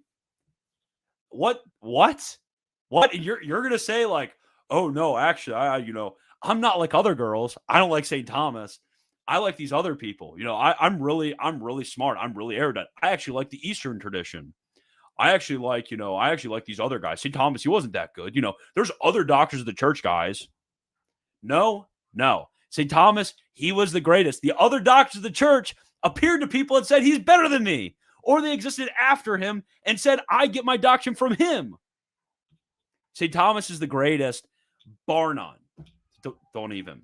Like, you can't make this stuff up. He memorized all of these things and wrote them all down. He memorized the whole Bible when he was like 18. He became a master of Paris at 31 and destroyed everybody. He died at 49 and left behind more than everyone else. You can't beat him, okay? He's the greatest, bar none. Anyways, we have next on the commentary on Isaiah. And this, okay, even better, even better. I'm going to continue cooking, because even better than this, what do we have? Commentary on Isaiah. And this also happened in his commentary on the Pauline epistles. Actually, I'll get into the Pauline epistles in a minute.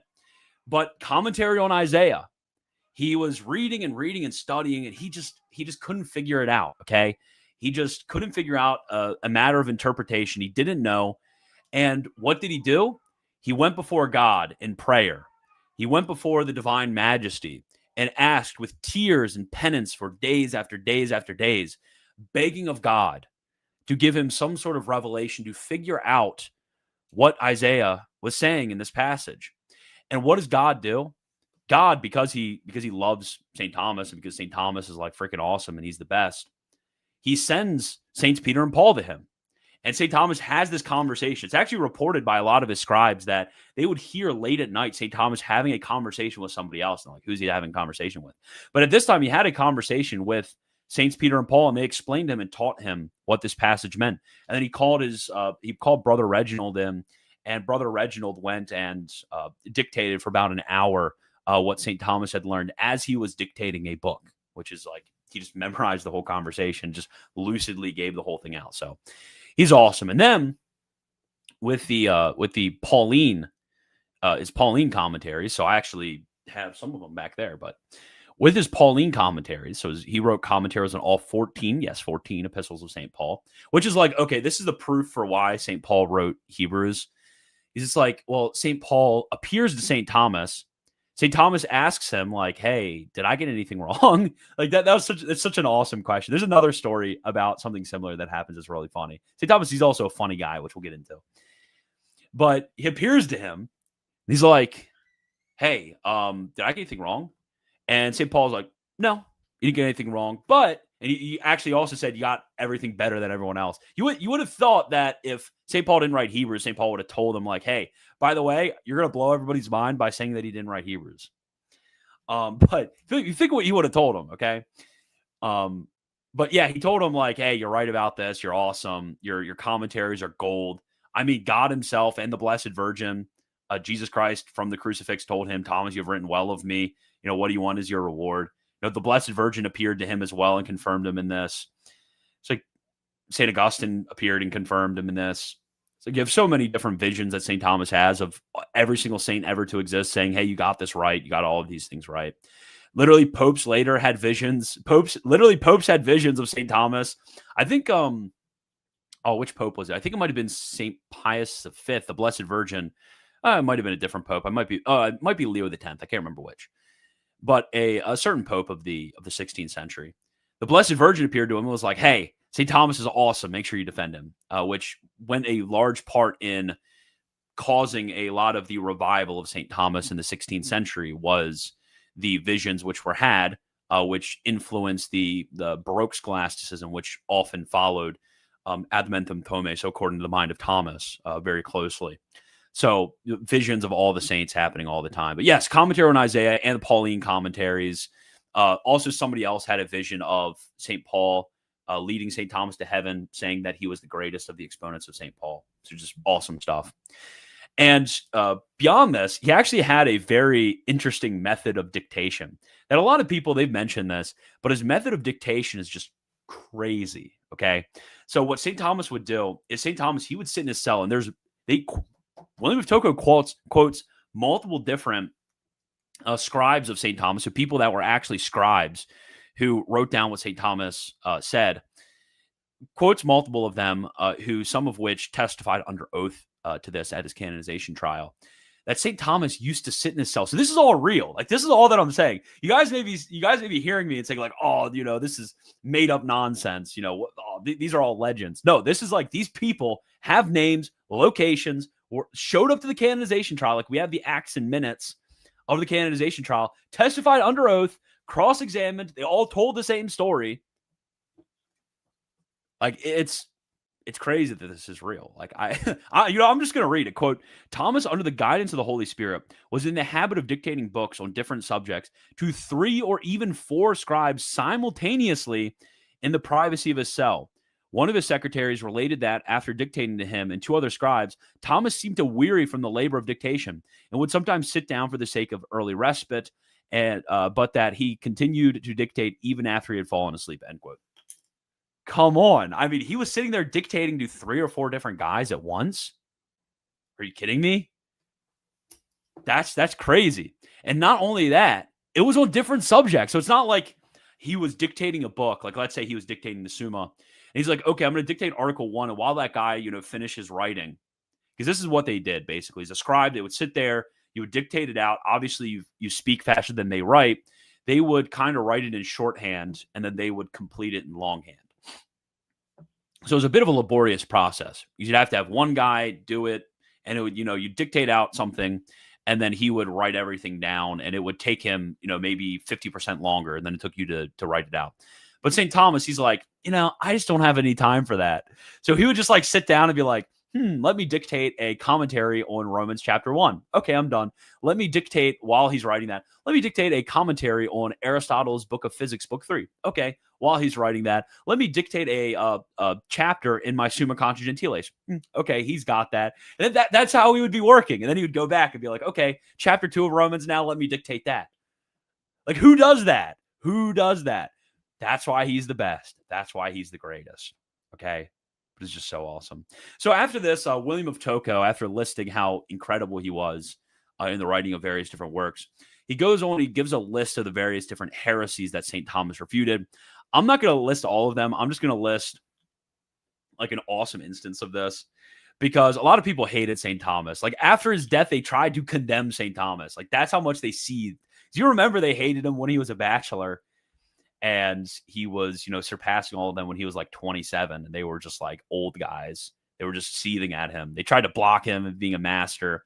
They continually tried to fight him throughout his life. After his death, they tried to go in to condemn him.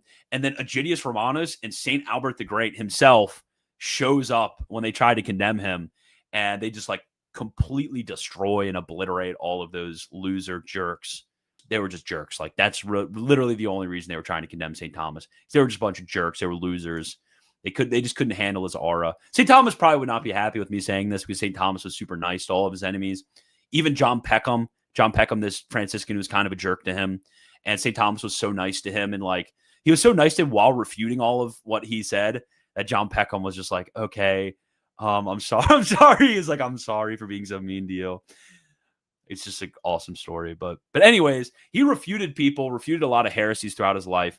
And he refuted some guy so hard, like he just destroyed him so like completely when he had to write a work against his works, that the Pope himself, he sent the book to the Pope, and the Pope read it and instantly commanded that all this guy's works be burned. It's like, St. Thomas owned this guy so hard that the Pope was like, burn all of his works and fire him. Not only fire him, fire his friends too. They like fired this guy, all of his friends. Like, you and all your friends get fired. Like, this would be the equivalent. This is how I know that I'm not as holy as St. Thomas. Because could you imagine, like, modern day, the modern version of this? I'm like arguing with somebody about a certain theological topic. I make a video about it. Pope Leo opens the video, watches the video. I'm not going to name any names of people who would be included in this, but you can imagine who it would be, because I'm trying to be more like St. Thomas. But, I mog on the person in the video. Pope Leo watches it. Pope Leo is like, I'm ordering the Swiss Guard, the Vatican police. I'm ordering all Catholic leaders to arrest this man and to delete his YouTube channel and delete all of his friends' YouTube channels as well, and get him fired from his job. Like, you can imagine if something like that happened to me, I would hop right on a live stream. I would be live watching the books being burned. I would be so happy. I would open a bottle of champagne, invite some friends. I'd fly Hassan out. We do an IRL stream or something. I would just be so happy about it. That would be like the height of my career. Like, the Pope himself just did this. But St. Thomas, he's just so much more holy than all of us are. He is so much, he's so much greater than we're all. And he was super humble about it. He went back and tried to correct the people again. tried to, for their repentance. And, he's very humble about it. Didn't puff him up at all that he had just basically had the greatest theological mauging of all time. Like everyone wants to talk about, the base slap of Arius. Everyone wants to talk about the slap of Arius. How about St. Thomas getting some guy and all of his friends, all their books burned, and they all got fired from their jobs? They probably all got excommunicated too. Like that's just like, he's the GOAT. Like you just, like no generation, like world history talent. Like you never get better than that. And he's also humble about it. So I already mentioned, there's mentions of, and you can read about this if you get the Life of St. Thomas, which I guess I will put a link in the description below, an affiliate link. So if you buy it through me, I get a little bit of a 5% cut, I think, of your purchase. But later, so we have St. Thomas. There is a certain brother who receives a vision at this time. I mentioned this earlier, and I was going to read it in full, but I think that I am, over an hour and a half in. So I'm over an hour and a half in, and I kind of don't want this to be like a 3-hour video. Actually, I do want this to be a 3-hour video. St. Thomas deserves it. He's awesome. So this guy, he gets a vision of St. Augustine talking about how awesome St. Thomas is and saying that he is actually even better than me. This actually makes its way into the Matins liturgy for the Feast of St. Thomas, interestingly enough. So Friar Albert, who himself glorious for his miracles in life and after death, when he marveled how Thomas was able to attain such sanctity and knowledge in the very brief time that he had passed in this life, for this brother had shed many tears and offered frequent prayers concerning Friar Thomas before the altar of the Blessed Virgin, beseeching Almighty God, the Blessed Virgin, and St. Augustine to reveal to him the glory of the holy doctor Thomas of Aquino. Once, while he kept vigil in prayer, 2 venerable figures appeared to him in adornments of a wondrous splendor. One of these wore a mitre upon his head. The other was in the habit of the order of the friars preachers, and he wore a gold chain inlaced with precious stones around his neck with 2 bright rings. Okay, so one of them has a mitre, so this is St. Augustine, because St. Augustine was a bishop, as you'll explain later. And the other one had the habit of the friar preachers. This was St. Thomas, okay?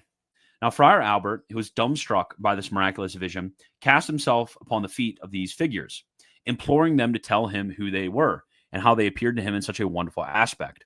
Then the one who wore the mitre replied, so St. Augustine, "Why, Brother Albert, do you marvel in this way? Your prayers have been heard. Behold, I tell you now that I am Augustine, doctor of the church, who am sent to you to reveal the doctrine and glory of Friar Thomas of Aquino. Abide with me.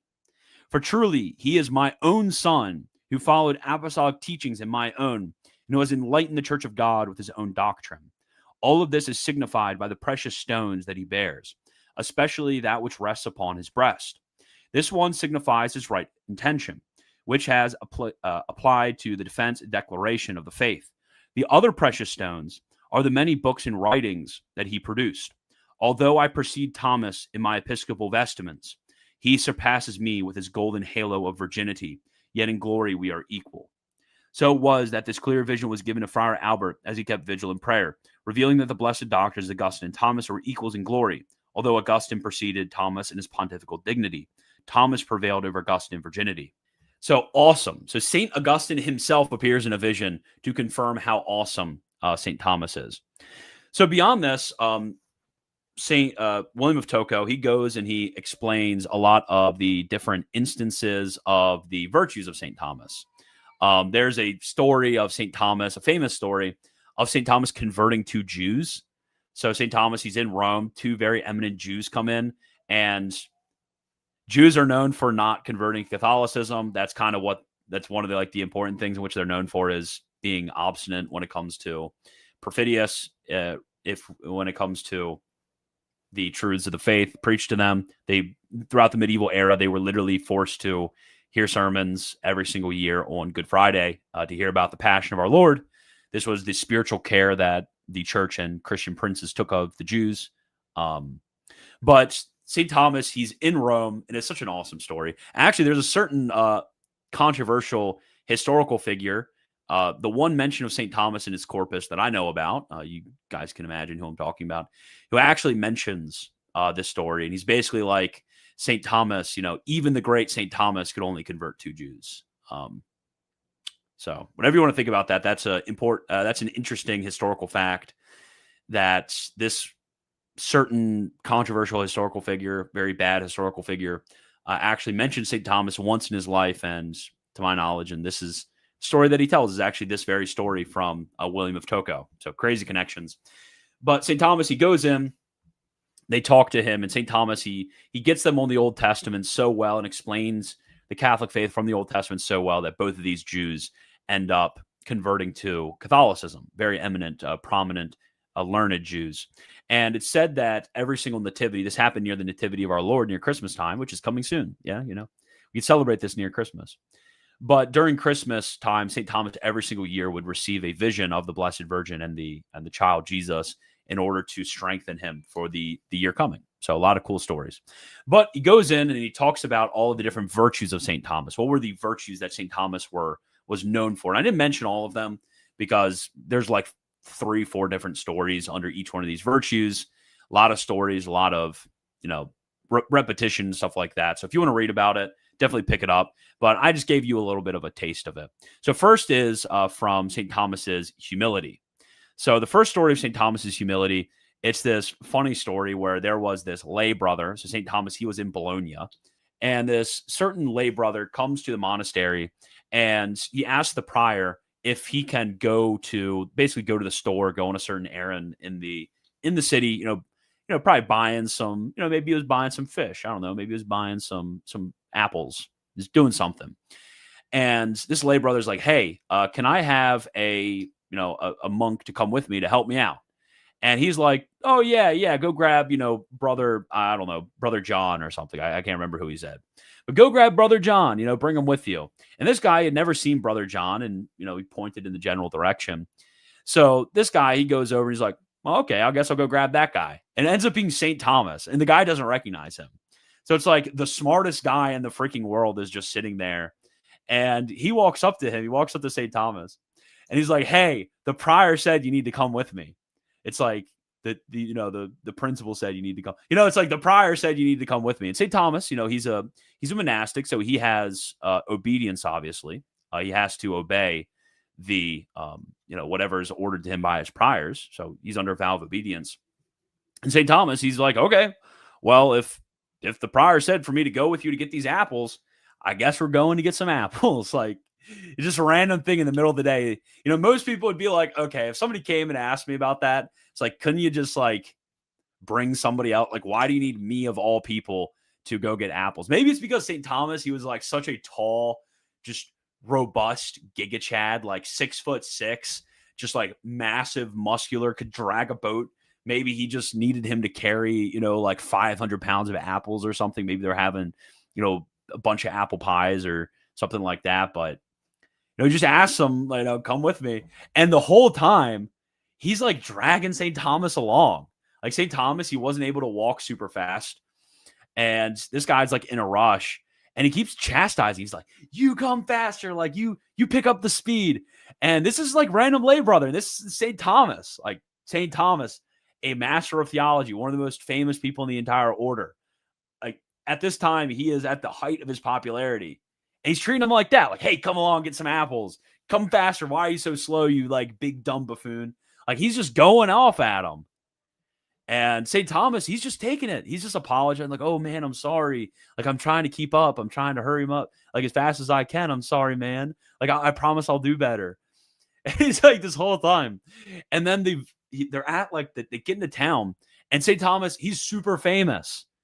He's super famous. So all the people in the village recognize that's St. Thomas right there. Like, what the heck? That's St. Thomas. Like, we don't even have maybe like the closest thing would be like if, Pope Leo or something was being dragged along. Like, even a cardinal in America wouldn't be just recognized as a cardinal by normal people. But all the normal people are like, that's St. Thomas. Why is he following after that guy? And then some of the village people are like, they were like white knighting for him. They were standing up for him, which was real. Like I would do that. I would not be happy, but they come up to him. They're like, what are you doing? That's St. Thomas Aquinas that you're messing with, buddy. What are you doing? And of course, his lay brother knows who St. Thomas is. He's just never seen him before. So he didn't like recognize him. And he's like, crap. He's like, crap, I'm so sorry. And St. Thomas, he's like, oh, it's not a big deal. It's not a big deal.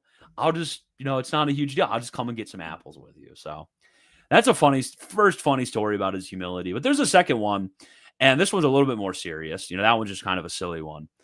But the second one is that there was a novice master. So St. Thomas, at the time in which he was a master at Paris, he basically, when the masters come forward to get their magistry, they have to have disputations in order to become a doctor of theology. They have to have disputations in front of the masters, and all of the masters and the students would be there. Like, it was a huge event. Like, when you become a master of theology, it's like the whole university is there, all the famous teachers. It's like everyone comes out, like even, some randos from the city would come out just to see what's going on. So it's like a very public environment. And this novice master, so a young guy, and St. Thomas this time is very venerable, but this young guy comes up to him and is like, during this disputation, and just lays into one of St. Thomas's teachings, like absolutely lays into him, is super rude about it. It's a big jerk. Probably John Peckham, that Franciscan, but probably John Peckham is doing it. It's a big jerk. But St. Thomas just lays into St. Thomas. And St. Thomas, he just sits there and takes it. Like, in front of literally everybody. He's getting attacked. His ideas are getting attacked. So he's just sitting there. And St. Thomas, he doesn't really do anything. He actually, he's very humble about it. He doesn't get offended. But St. Thomas's followers, like his students, pissed. They're super mad. So they go back to, I don't even know, they guess they go back to the classroom or maybe the monastery. I just don't know what happened back then. They just go to wherever they were going afterwards. Maybe they were getting ice cream. But they just go afterwards. And then his students, they're like, Thomas, you got to like wreck this guy. Like, this is sort of like the equivalent. It's funny. This is the equivalent of like when somebody makes a video against me, and I see people like, and I know this is kind of like a bit of profanation, but it's an analogy so you guys can understand that all of these things are the same throughout all ages. It's kind of like when somebody makes a video against me, it's like a really awful video, and I'm just like, I'm not responding to this video. It's stupid. I'm not responding to it. It's a waste of time. I want to do other things.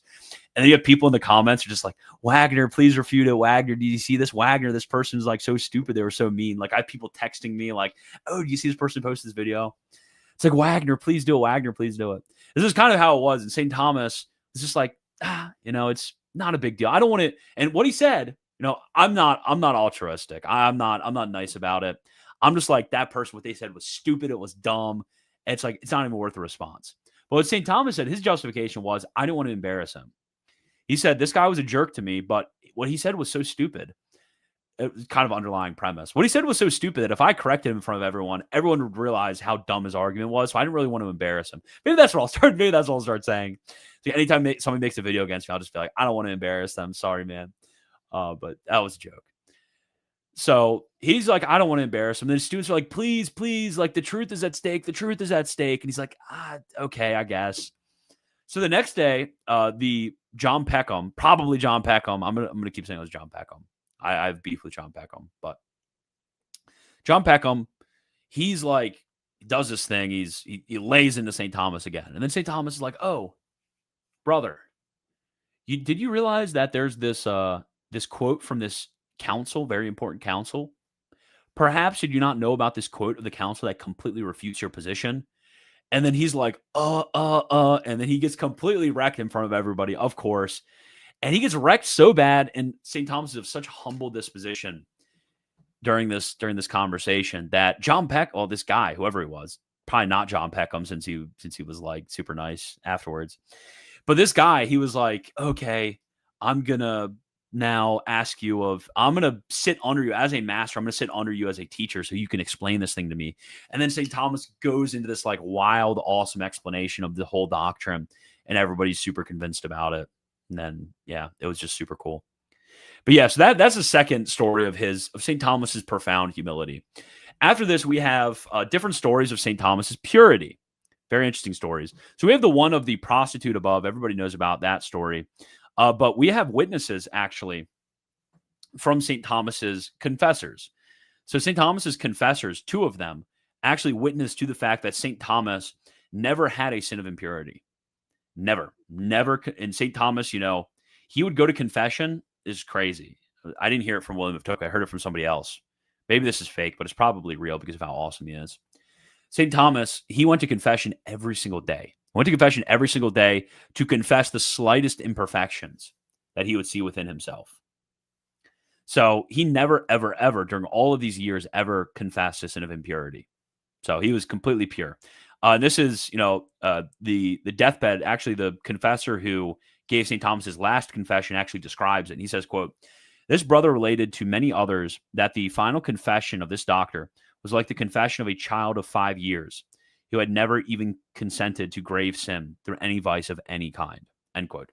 And William of Tokyo, the author of his biography, actually received a vision, which was in confirmation of St. Thomas's purity.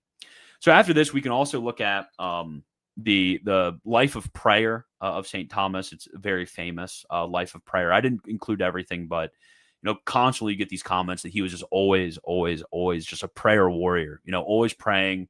Anytime he would encounter a difficulty, he would pray about it, and through his prayer, he would overcome it.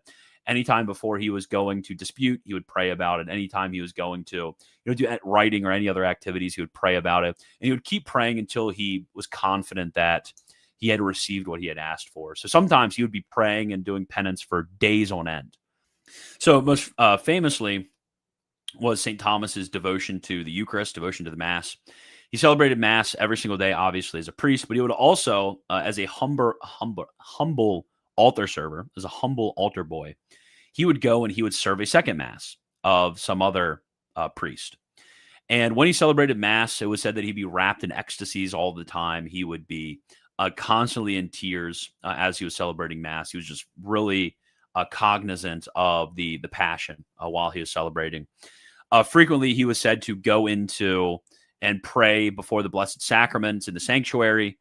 This happened quite frequently every single, not every single night, but often during the night he would be caught doing this, maybe every single night. But he would pray before the Blessed Sacrament. He would actually be said to rest his head on the tabernacle during some periods. There's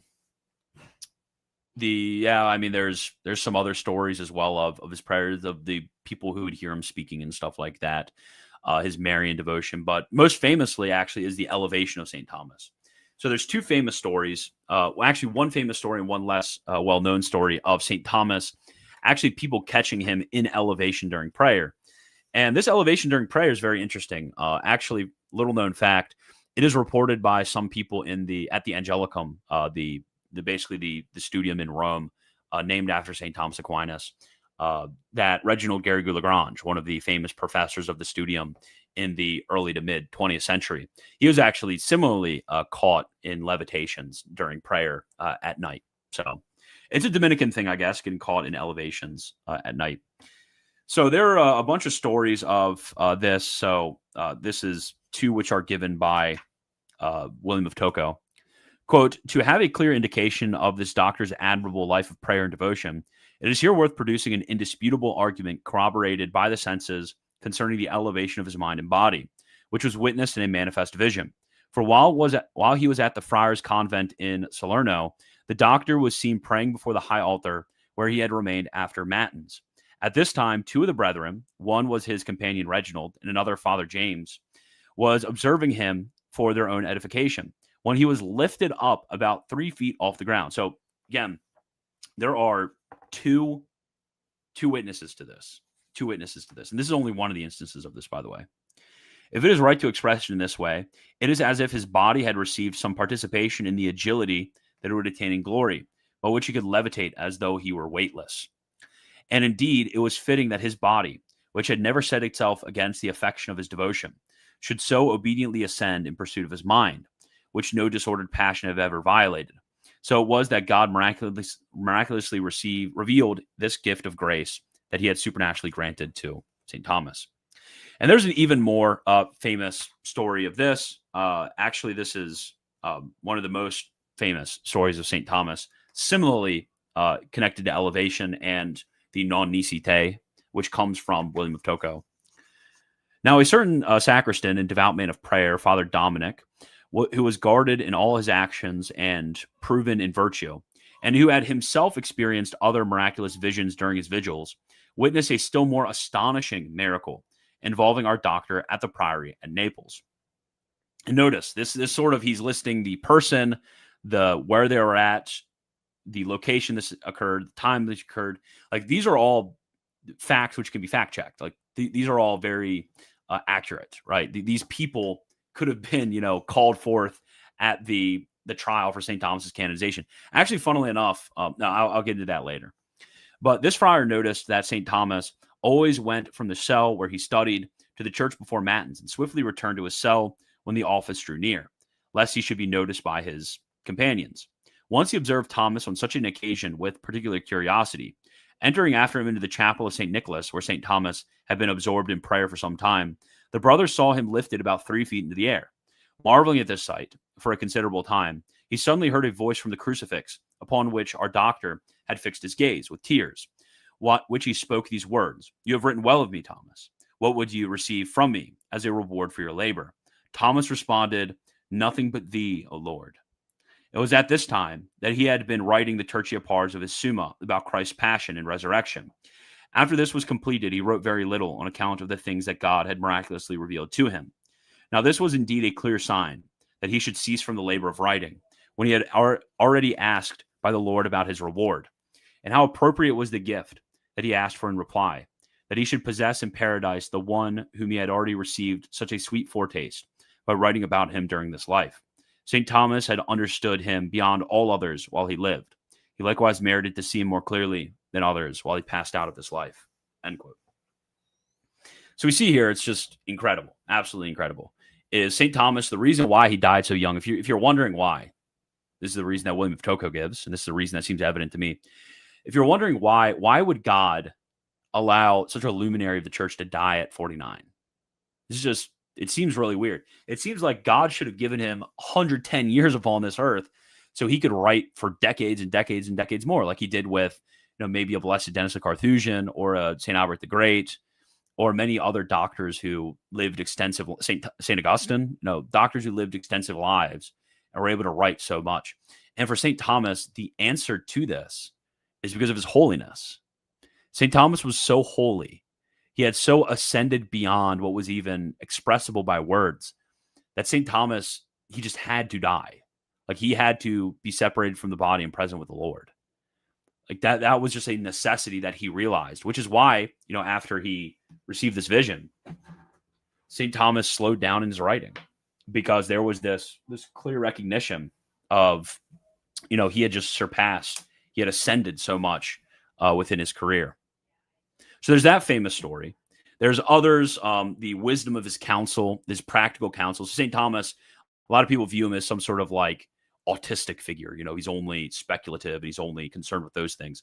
But that just couldn't be further from the truth. St. Thomas, he very clearly was a practically minded person, a pragmatic person who had knowledge of practical things.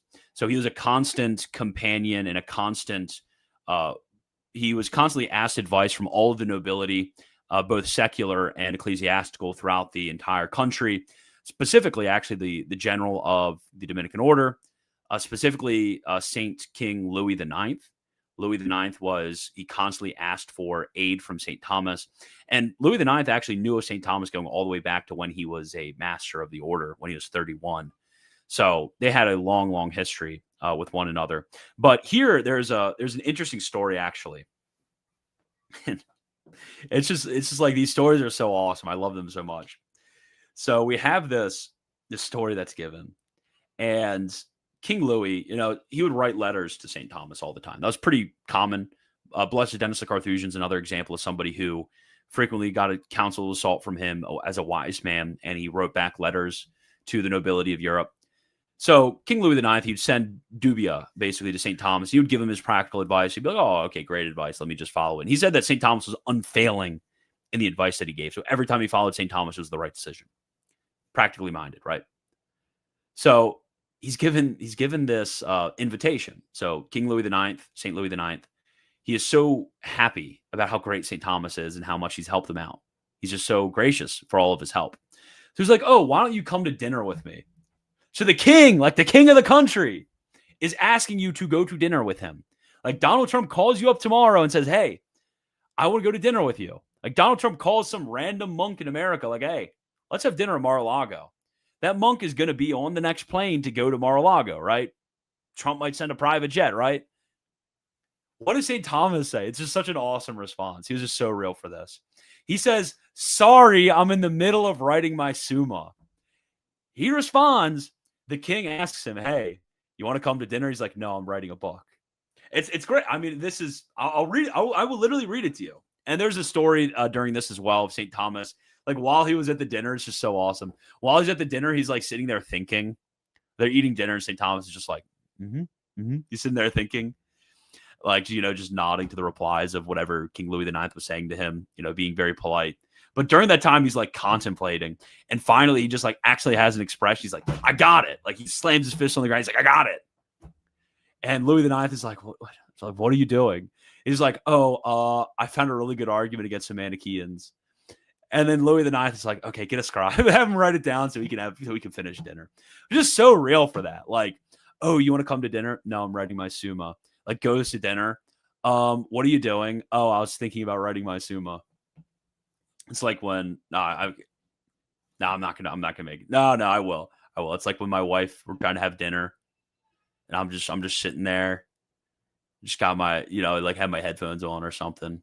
I'm just like listening to a book. It's like, what are you doing? We're supposed to be having dinner. It's like, I need to finish the chapter. How am I supposed to have dinner before I finish the chapter of this book? Can't have dinner with you, honey. I gotta finish the chapter of this book. But yeah, he was so awesome. Dude, I love him so much. I love St. Thomas so much. I'm gonna make this video like 3 hours. I'm gonna keep going. Even cooler thing than that. St. Thomas, he actually has this vision. So he has this really profound vision. And he has a series of visions. He has a vision of his brother. His brother was in heaven. His brother was enrolled as a martyr. So he has this awesome vision of his brother. He has a vision of his sisters, that his one sister got out of purgatory, actually through his prayers.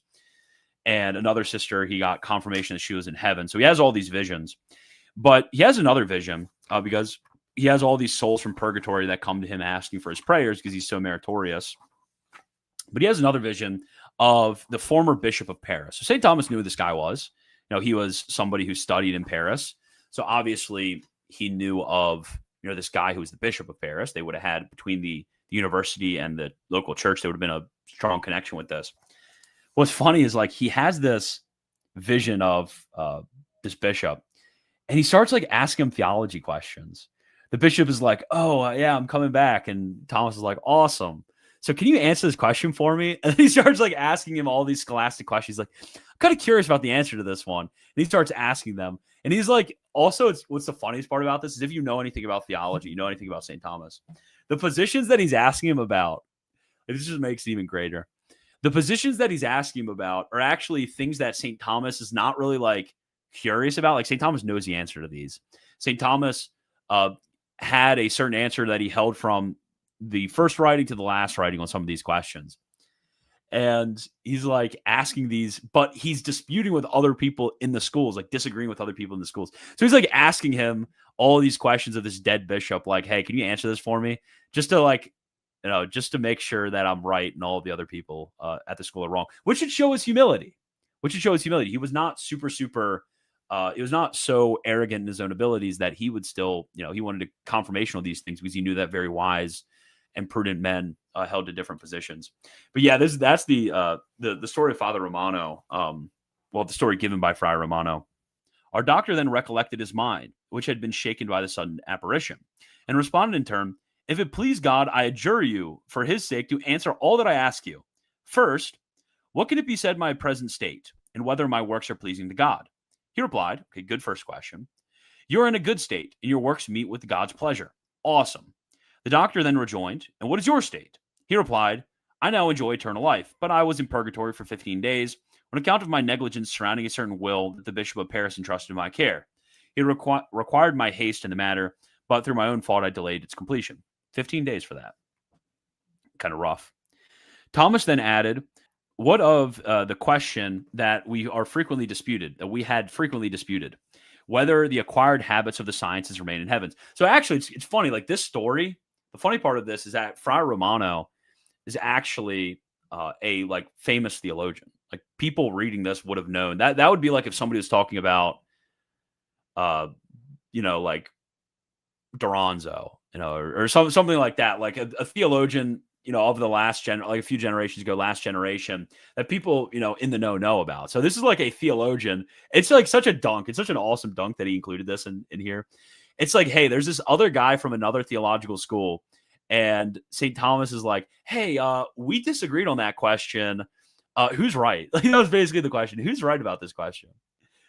And then the fact that William of Tocco includes this in there, could you imagine how much Friar Romano's students, the guys who followed him, this were seething when this came out? They were like, dang it, he appeared to St. Thomas, and he reported this. But yeah, how about this question that we had frequently disputed? And Romano replied, Brother Thomas, I now see God. Ask no further questions about this.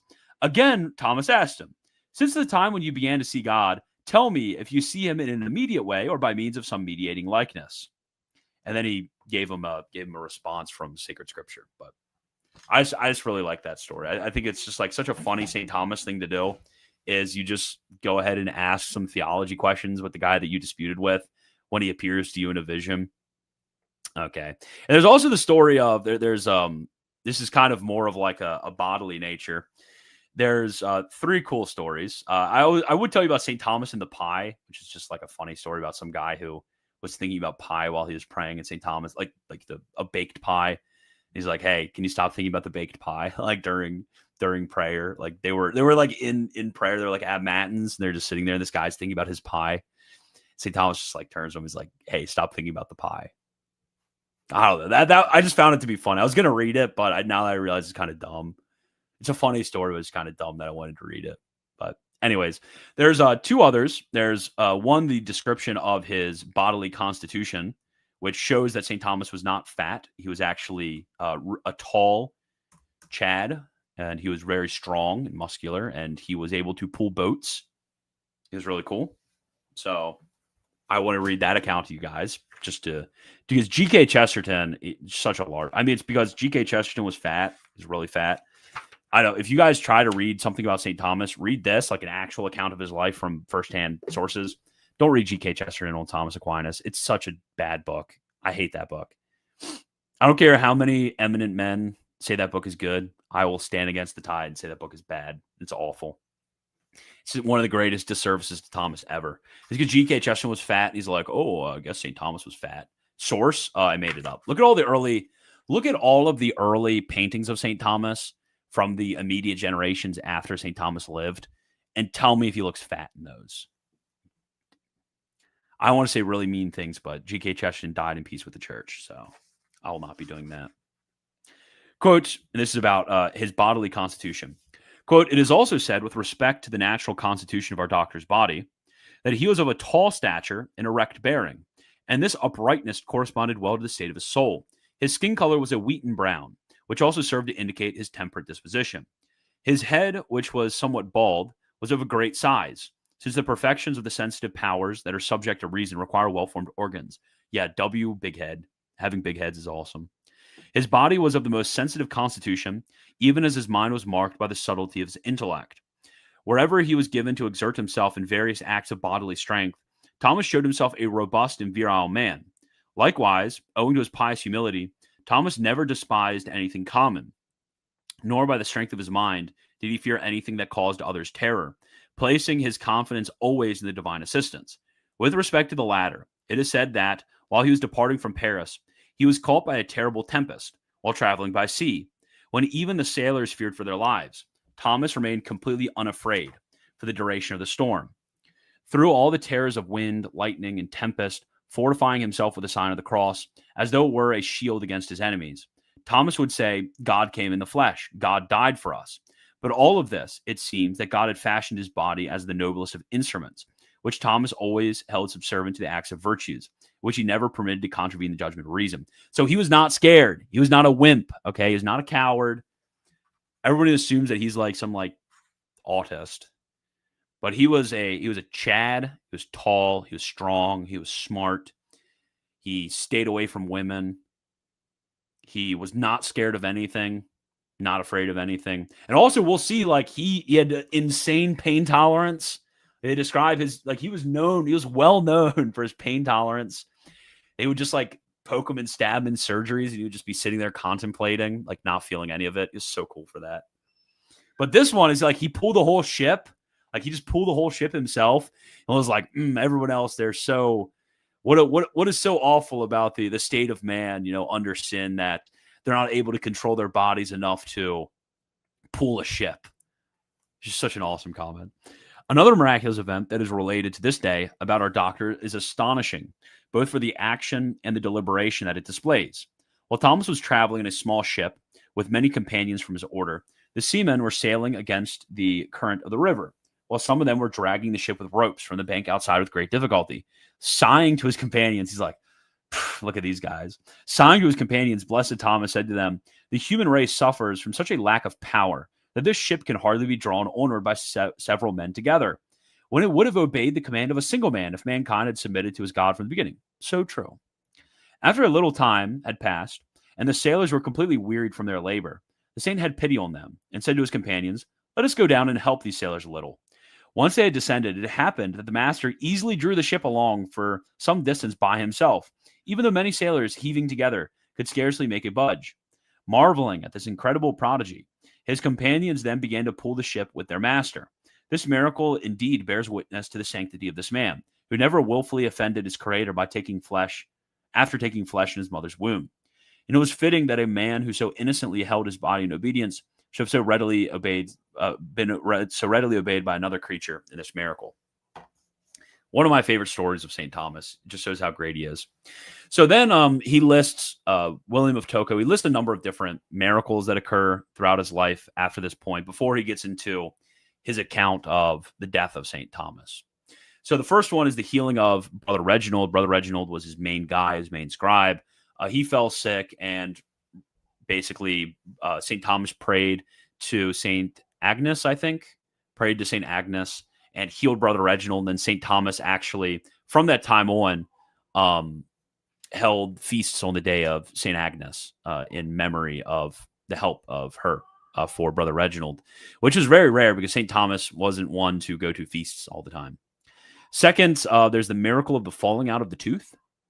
Interesting one. So St. Thomas, for some reason, grew an extra tooth. I don't know, guys. I'm just repeating what it said. Grew an extra tooth, and he prayed, and they were going to do some like weird medieval dentistry, which sounds awesome, right? Going to do some weird. I forgot to read about it. Him being invincible to pain. This connects it perfectly. He was supposed to have his tooth pulled out, which would have been very painful, which wouldn't have mattered anyways because how awesome he is. But he didn't want to mess up his speaking voice, and he was supposed to do a disputation. So he just prayed to God, and then the tooth, like he was just completely healed from the pain of the tooth. But his invincibility to pain, I forgot about this one. At times, the abstraction of our doctor's mind was so great that he did not perceive when he was struck, or even when a wound was inflicted on his body. Once, when several physicians had advised that his leg should be cauterized, Thomas said to his friend Reginald, warn me beforehand when the doctor is about to come with the hot iron. This having been done while Thomas awaited the operation on the bed with his leg extended, he was elevated to such a state of abstraction that he felt nothing of the hot brand when it applied to his flesh. This was clear from the fact that he did not stir from the bed when he kept his leg outstretched. They grabbed the hot iron and like cauterized his leg, and St. Thomas just sat there. He's just like, hey, Brother Reginald, let me know so I know when it's coming. And he still didn't budge. A similar miracle illustrating his abstraction was observed on another occasion. When the doctor was in his cell dictating his commentary on the De Trinitate Boethius, he picked up a candle and said to his secretary, call to me on no account, no matter what you see happen. After this, he was wrapped up in contemplation. This is just such an awesome story. He's like, let me dictate this work. Stand outside. Don't be in here. Don't come in no matter what happens. And then he's like holding this candle because it's nighttime. An hour later, the candle burned right down to his fingers. And though the fire leaped at his flesh for some time, our doctor did not perceive this. Indeed, he remained motionless while his fingers were being burned until at last the candle was consumed. So he's like sitting there. Honestly, I don't know what the companion was doing. I don't know what that guy was doing. Like the guy went out and was like, okay, I'll watch over. Because he was like seeing what was going on. He was outside of the cell. And he like looks in to check on St. Thomas. And St. Thomas is like, his hand is on fire. And he's just sitting there like, okay. Yeah, I see. He like doesn't go in and try to help him. It's like, well, I guess he told me never to go in. Like, obviously, it would be accepted if, his hand was burning. But, anyways, it's such a funny story. Again, during his tenure in Paris, whenever it was time for Thomas's vein to be cut for the letting of his blood, he would anticipate the physician's arrival by abstracting himself from his senses through the contemplation of his mind. Thus, when the doctor later put his knife to the vein, he could not pierce through the doctor's meditation, whom he found to be completely withdrawn from the senses. Yet Thomas was prone to suffering in a remarkable way, on account of which he would be instantly distressed by bodily injury. Hence, while St. Thomas still dwelt in this passible body, it was sometimes granted to him by divine miracle that he should be spared the wounds of the flesh. End quote. So yeah, that is St. Thomas right there, being invincible to pain. So that's a brief aside. Third one, there was a miraculous solution which was given to Thomas about a Eucharistic question, actually specifically about how the accidents in the Eucharist, which is a funny thing because this is something Protestants attack Catholics over, but how the accidents in the Eucharist were able to not inhere in a subject and still be accidents. So he was given a miraculous solution to this question. Fourth, just as our Lord did, he healed a woman with an issue of blood. Fifth, there was a star which showed over his head when he was sick one time lying in bed. And then sixth, I kind of forgot about I kind of forgot about this one. The devil in a form of a black man tried to attack him, and St. Thomas made the sign of the cross, and the black man ran away. That's just like there's this thing in the Desert Fathers literature where there's always like the devil appears in the form of a black man and tries to attack somebody in the form of an Ethiopian. It appears in the form of a black man, and they make the sign of the cross or do something else, and then the devil leaves. So yeah, that happened to St. Thomas. The devil tried to attack him in his cell and appeared in the form of a black man, and St. Thomas made the sign of the cross and he went away. I forgot about that one. That was kind of funny. Okay, so now the account of his death. So the account of his death happens. It's in 1274. He's 49 years old. He's on his way to the Second Council of Lyon. St. Bonaventure was also on the way to the Second Council of Lyon, and many other famous theologians at the time, bishops, clerics. There are a lot of famous people from the East, including John Beckus, a very famous Eastern theologian, pro-unionist with the church. So he goes to the Second Council of Lyon and ends up dying actually on the way to the Second Council of Lyon. He fell sick. He lost his appetite. And the doctor, funny, the doctor's like, hey, are you hungry for anything right now? He's lost his appetite. And he's like, no, not really, except for red herring. And then the doctor's like, well, red herring is not in this area. Red herring's only in France, dummy. Well, he didn't say dummy. He's only in France. And then they started scrambling. They're like, oh, crap, we need to go get red herring for St. Thomas. And they're like, maybe if we got him a different fish, like sardines, St. Thomas wouldn't notice. So they send the guy out. They send some lay brother out. They're like, look, you got to get this. This is St. Thomas Aquinas we have here. He can't be sick. He's got to go to the Second Council of Lyon and destroy the Greeks. So it's like everything is on you finding some red herring. So he goes to the fishmonger, which is apparently the person who sells fish. He goes to this fishmonger and says, hey, do you got any red herrings? And he's like, no, I have no red herrings, idiot. Red herrings only are in France. And the guy's like, okay, we know, but we're just trying to find it. St. Thomas needs this. He's like, okay, well, I guess I'll just buy a thing of sardines, good enough. Then he hands him this bag of sardines. And then he opens it up full of red herrings. No sardines to be seen. And the fishmonger's like, dude, I don't know. Red herrings do not exist where I fished for these. So your guess is as good as mine. And then they bring the red herrings back to St. Thomas. And St. Thomas was like, I don't need red herrings. I don't need it. God has gifted these to me. I have received a vision of my death. I know that I need to give these red herrings back to God. So he did not eat the red herrings as a penance. So after this, he goes to Fossa Nova. Famously, he dies in Fossa Nova. The brothers come to him. He says, I'm going to die. A bunch of people start receiving visions like crazy of St. Thomas dying. And they ask him like, hey, can you teach us about something? Like he's on his deathbed and they're like, hey, can you teach me about something? Honestly, I would do the same if St. Thomas was on my deathbed and I had access to him. So St. Thomas, he dictates a commentary on the Song of Songs. Unfortunately, it is a lost commentary, so we do not have the original. And then he is given the sacraments. He has these long prayers at the end of his life that you could read from William of Tocco. Long prayers, shows his Eucharistic devotion, and then he ends up dying. And after his death, there were miracles, signs. Even the animals were mourning. There were like animals that were mourning, miracles and signs, portents in the sky all throughout Europe after St. Thomas died. Like literally reported hundreds and hundreds and hundreds, thousands of miracles that happened like on the death of upon the death of St. Thomas. It was kind of insane, actually. It's said that William of Toko lists a few of them, but I will not be reading them. And the reason is actually for a comment that was made, I think it was by John the 22nd at the canonization trial for St. Thomas. He says that we cannot list, they started listing all of the miracles of St. Thomas, miracles that happened during his death, after his death. And it got to a certain point where John the 22nd said, look, we need to stop listing these miracles or we will be here forever.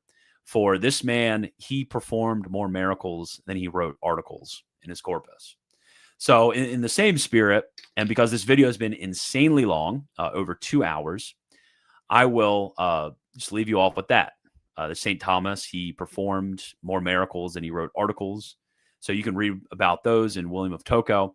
But before we go, I wanted to remind you of the end of your fundraiser. So if you guys like me making videos like this, just massively long videos going over theological topics of things that you enjoy, things that are, I hope, at least a little bit entertaining, then I would appreciate if you guys give towards the end of your fundraiser.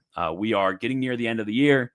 We need to keep up operations. I want to invest a lot more resources into the channel, trying to expand all the operations. So what helps best with that is a monthly pledge. So go to christianbwagner.com/donate and consider giving a monthly pledge. Anything is appreciated. $10, $5. All of it's awesome. So please go to christianbwagner.com/donate. One person will be gifted a copy of Shaban's Handbook of Catholic Dogmatics. So thank you. And as always, God bless.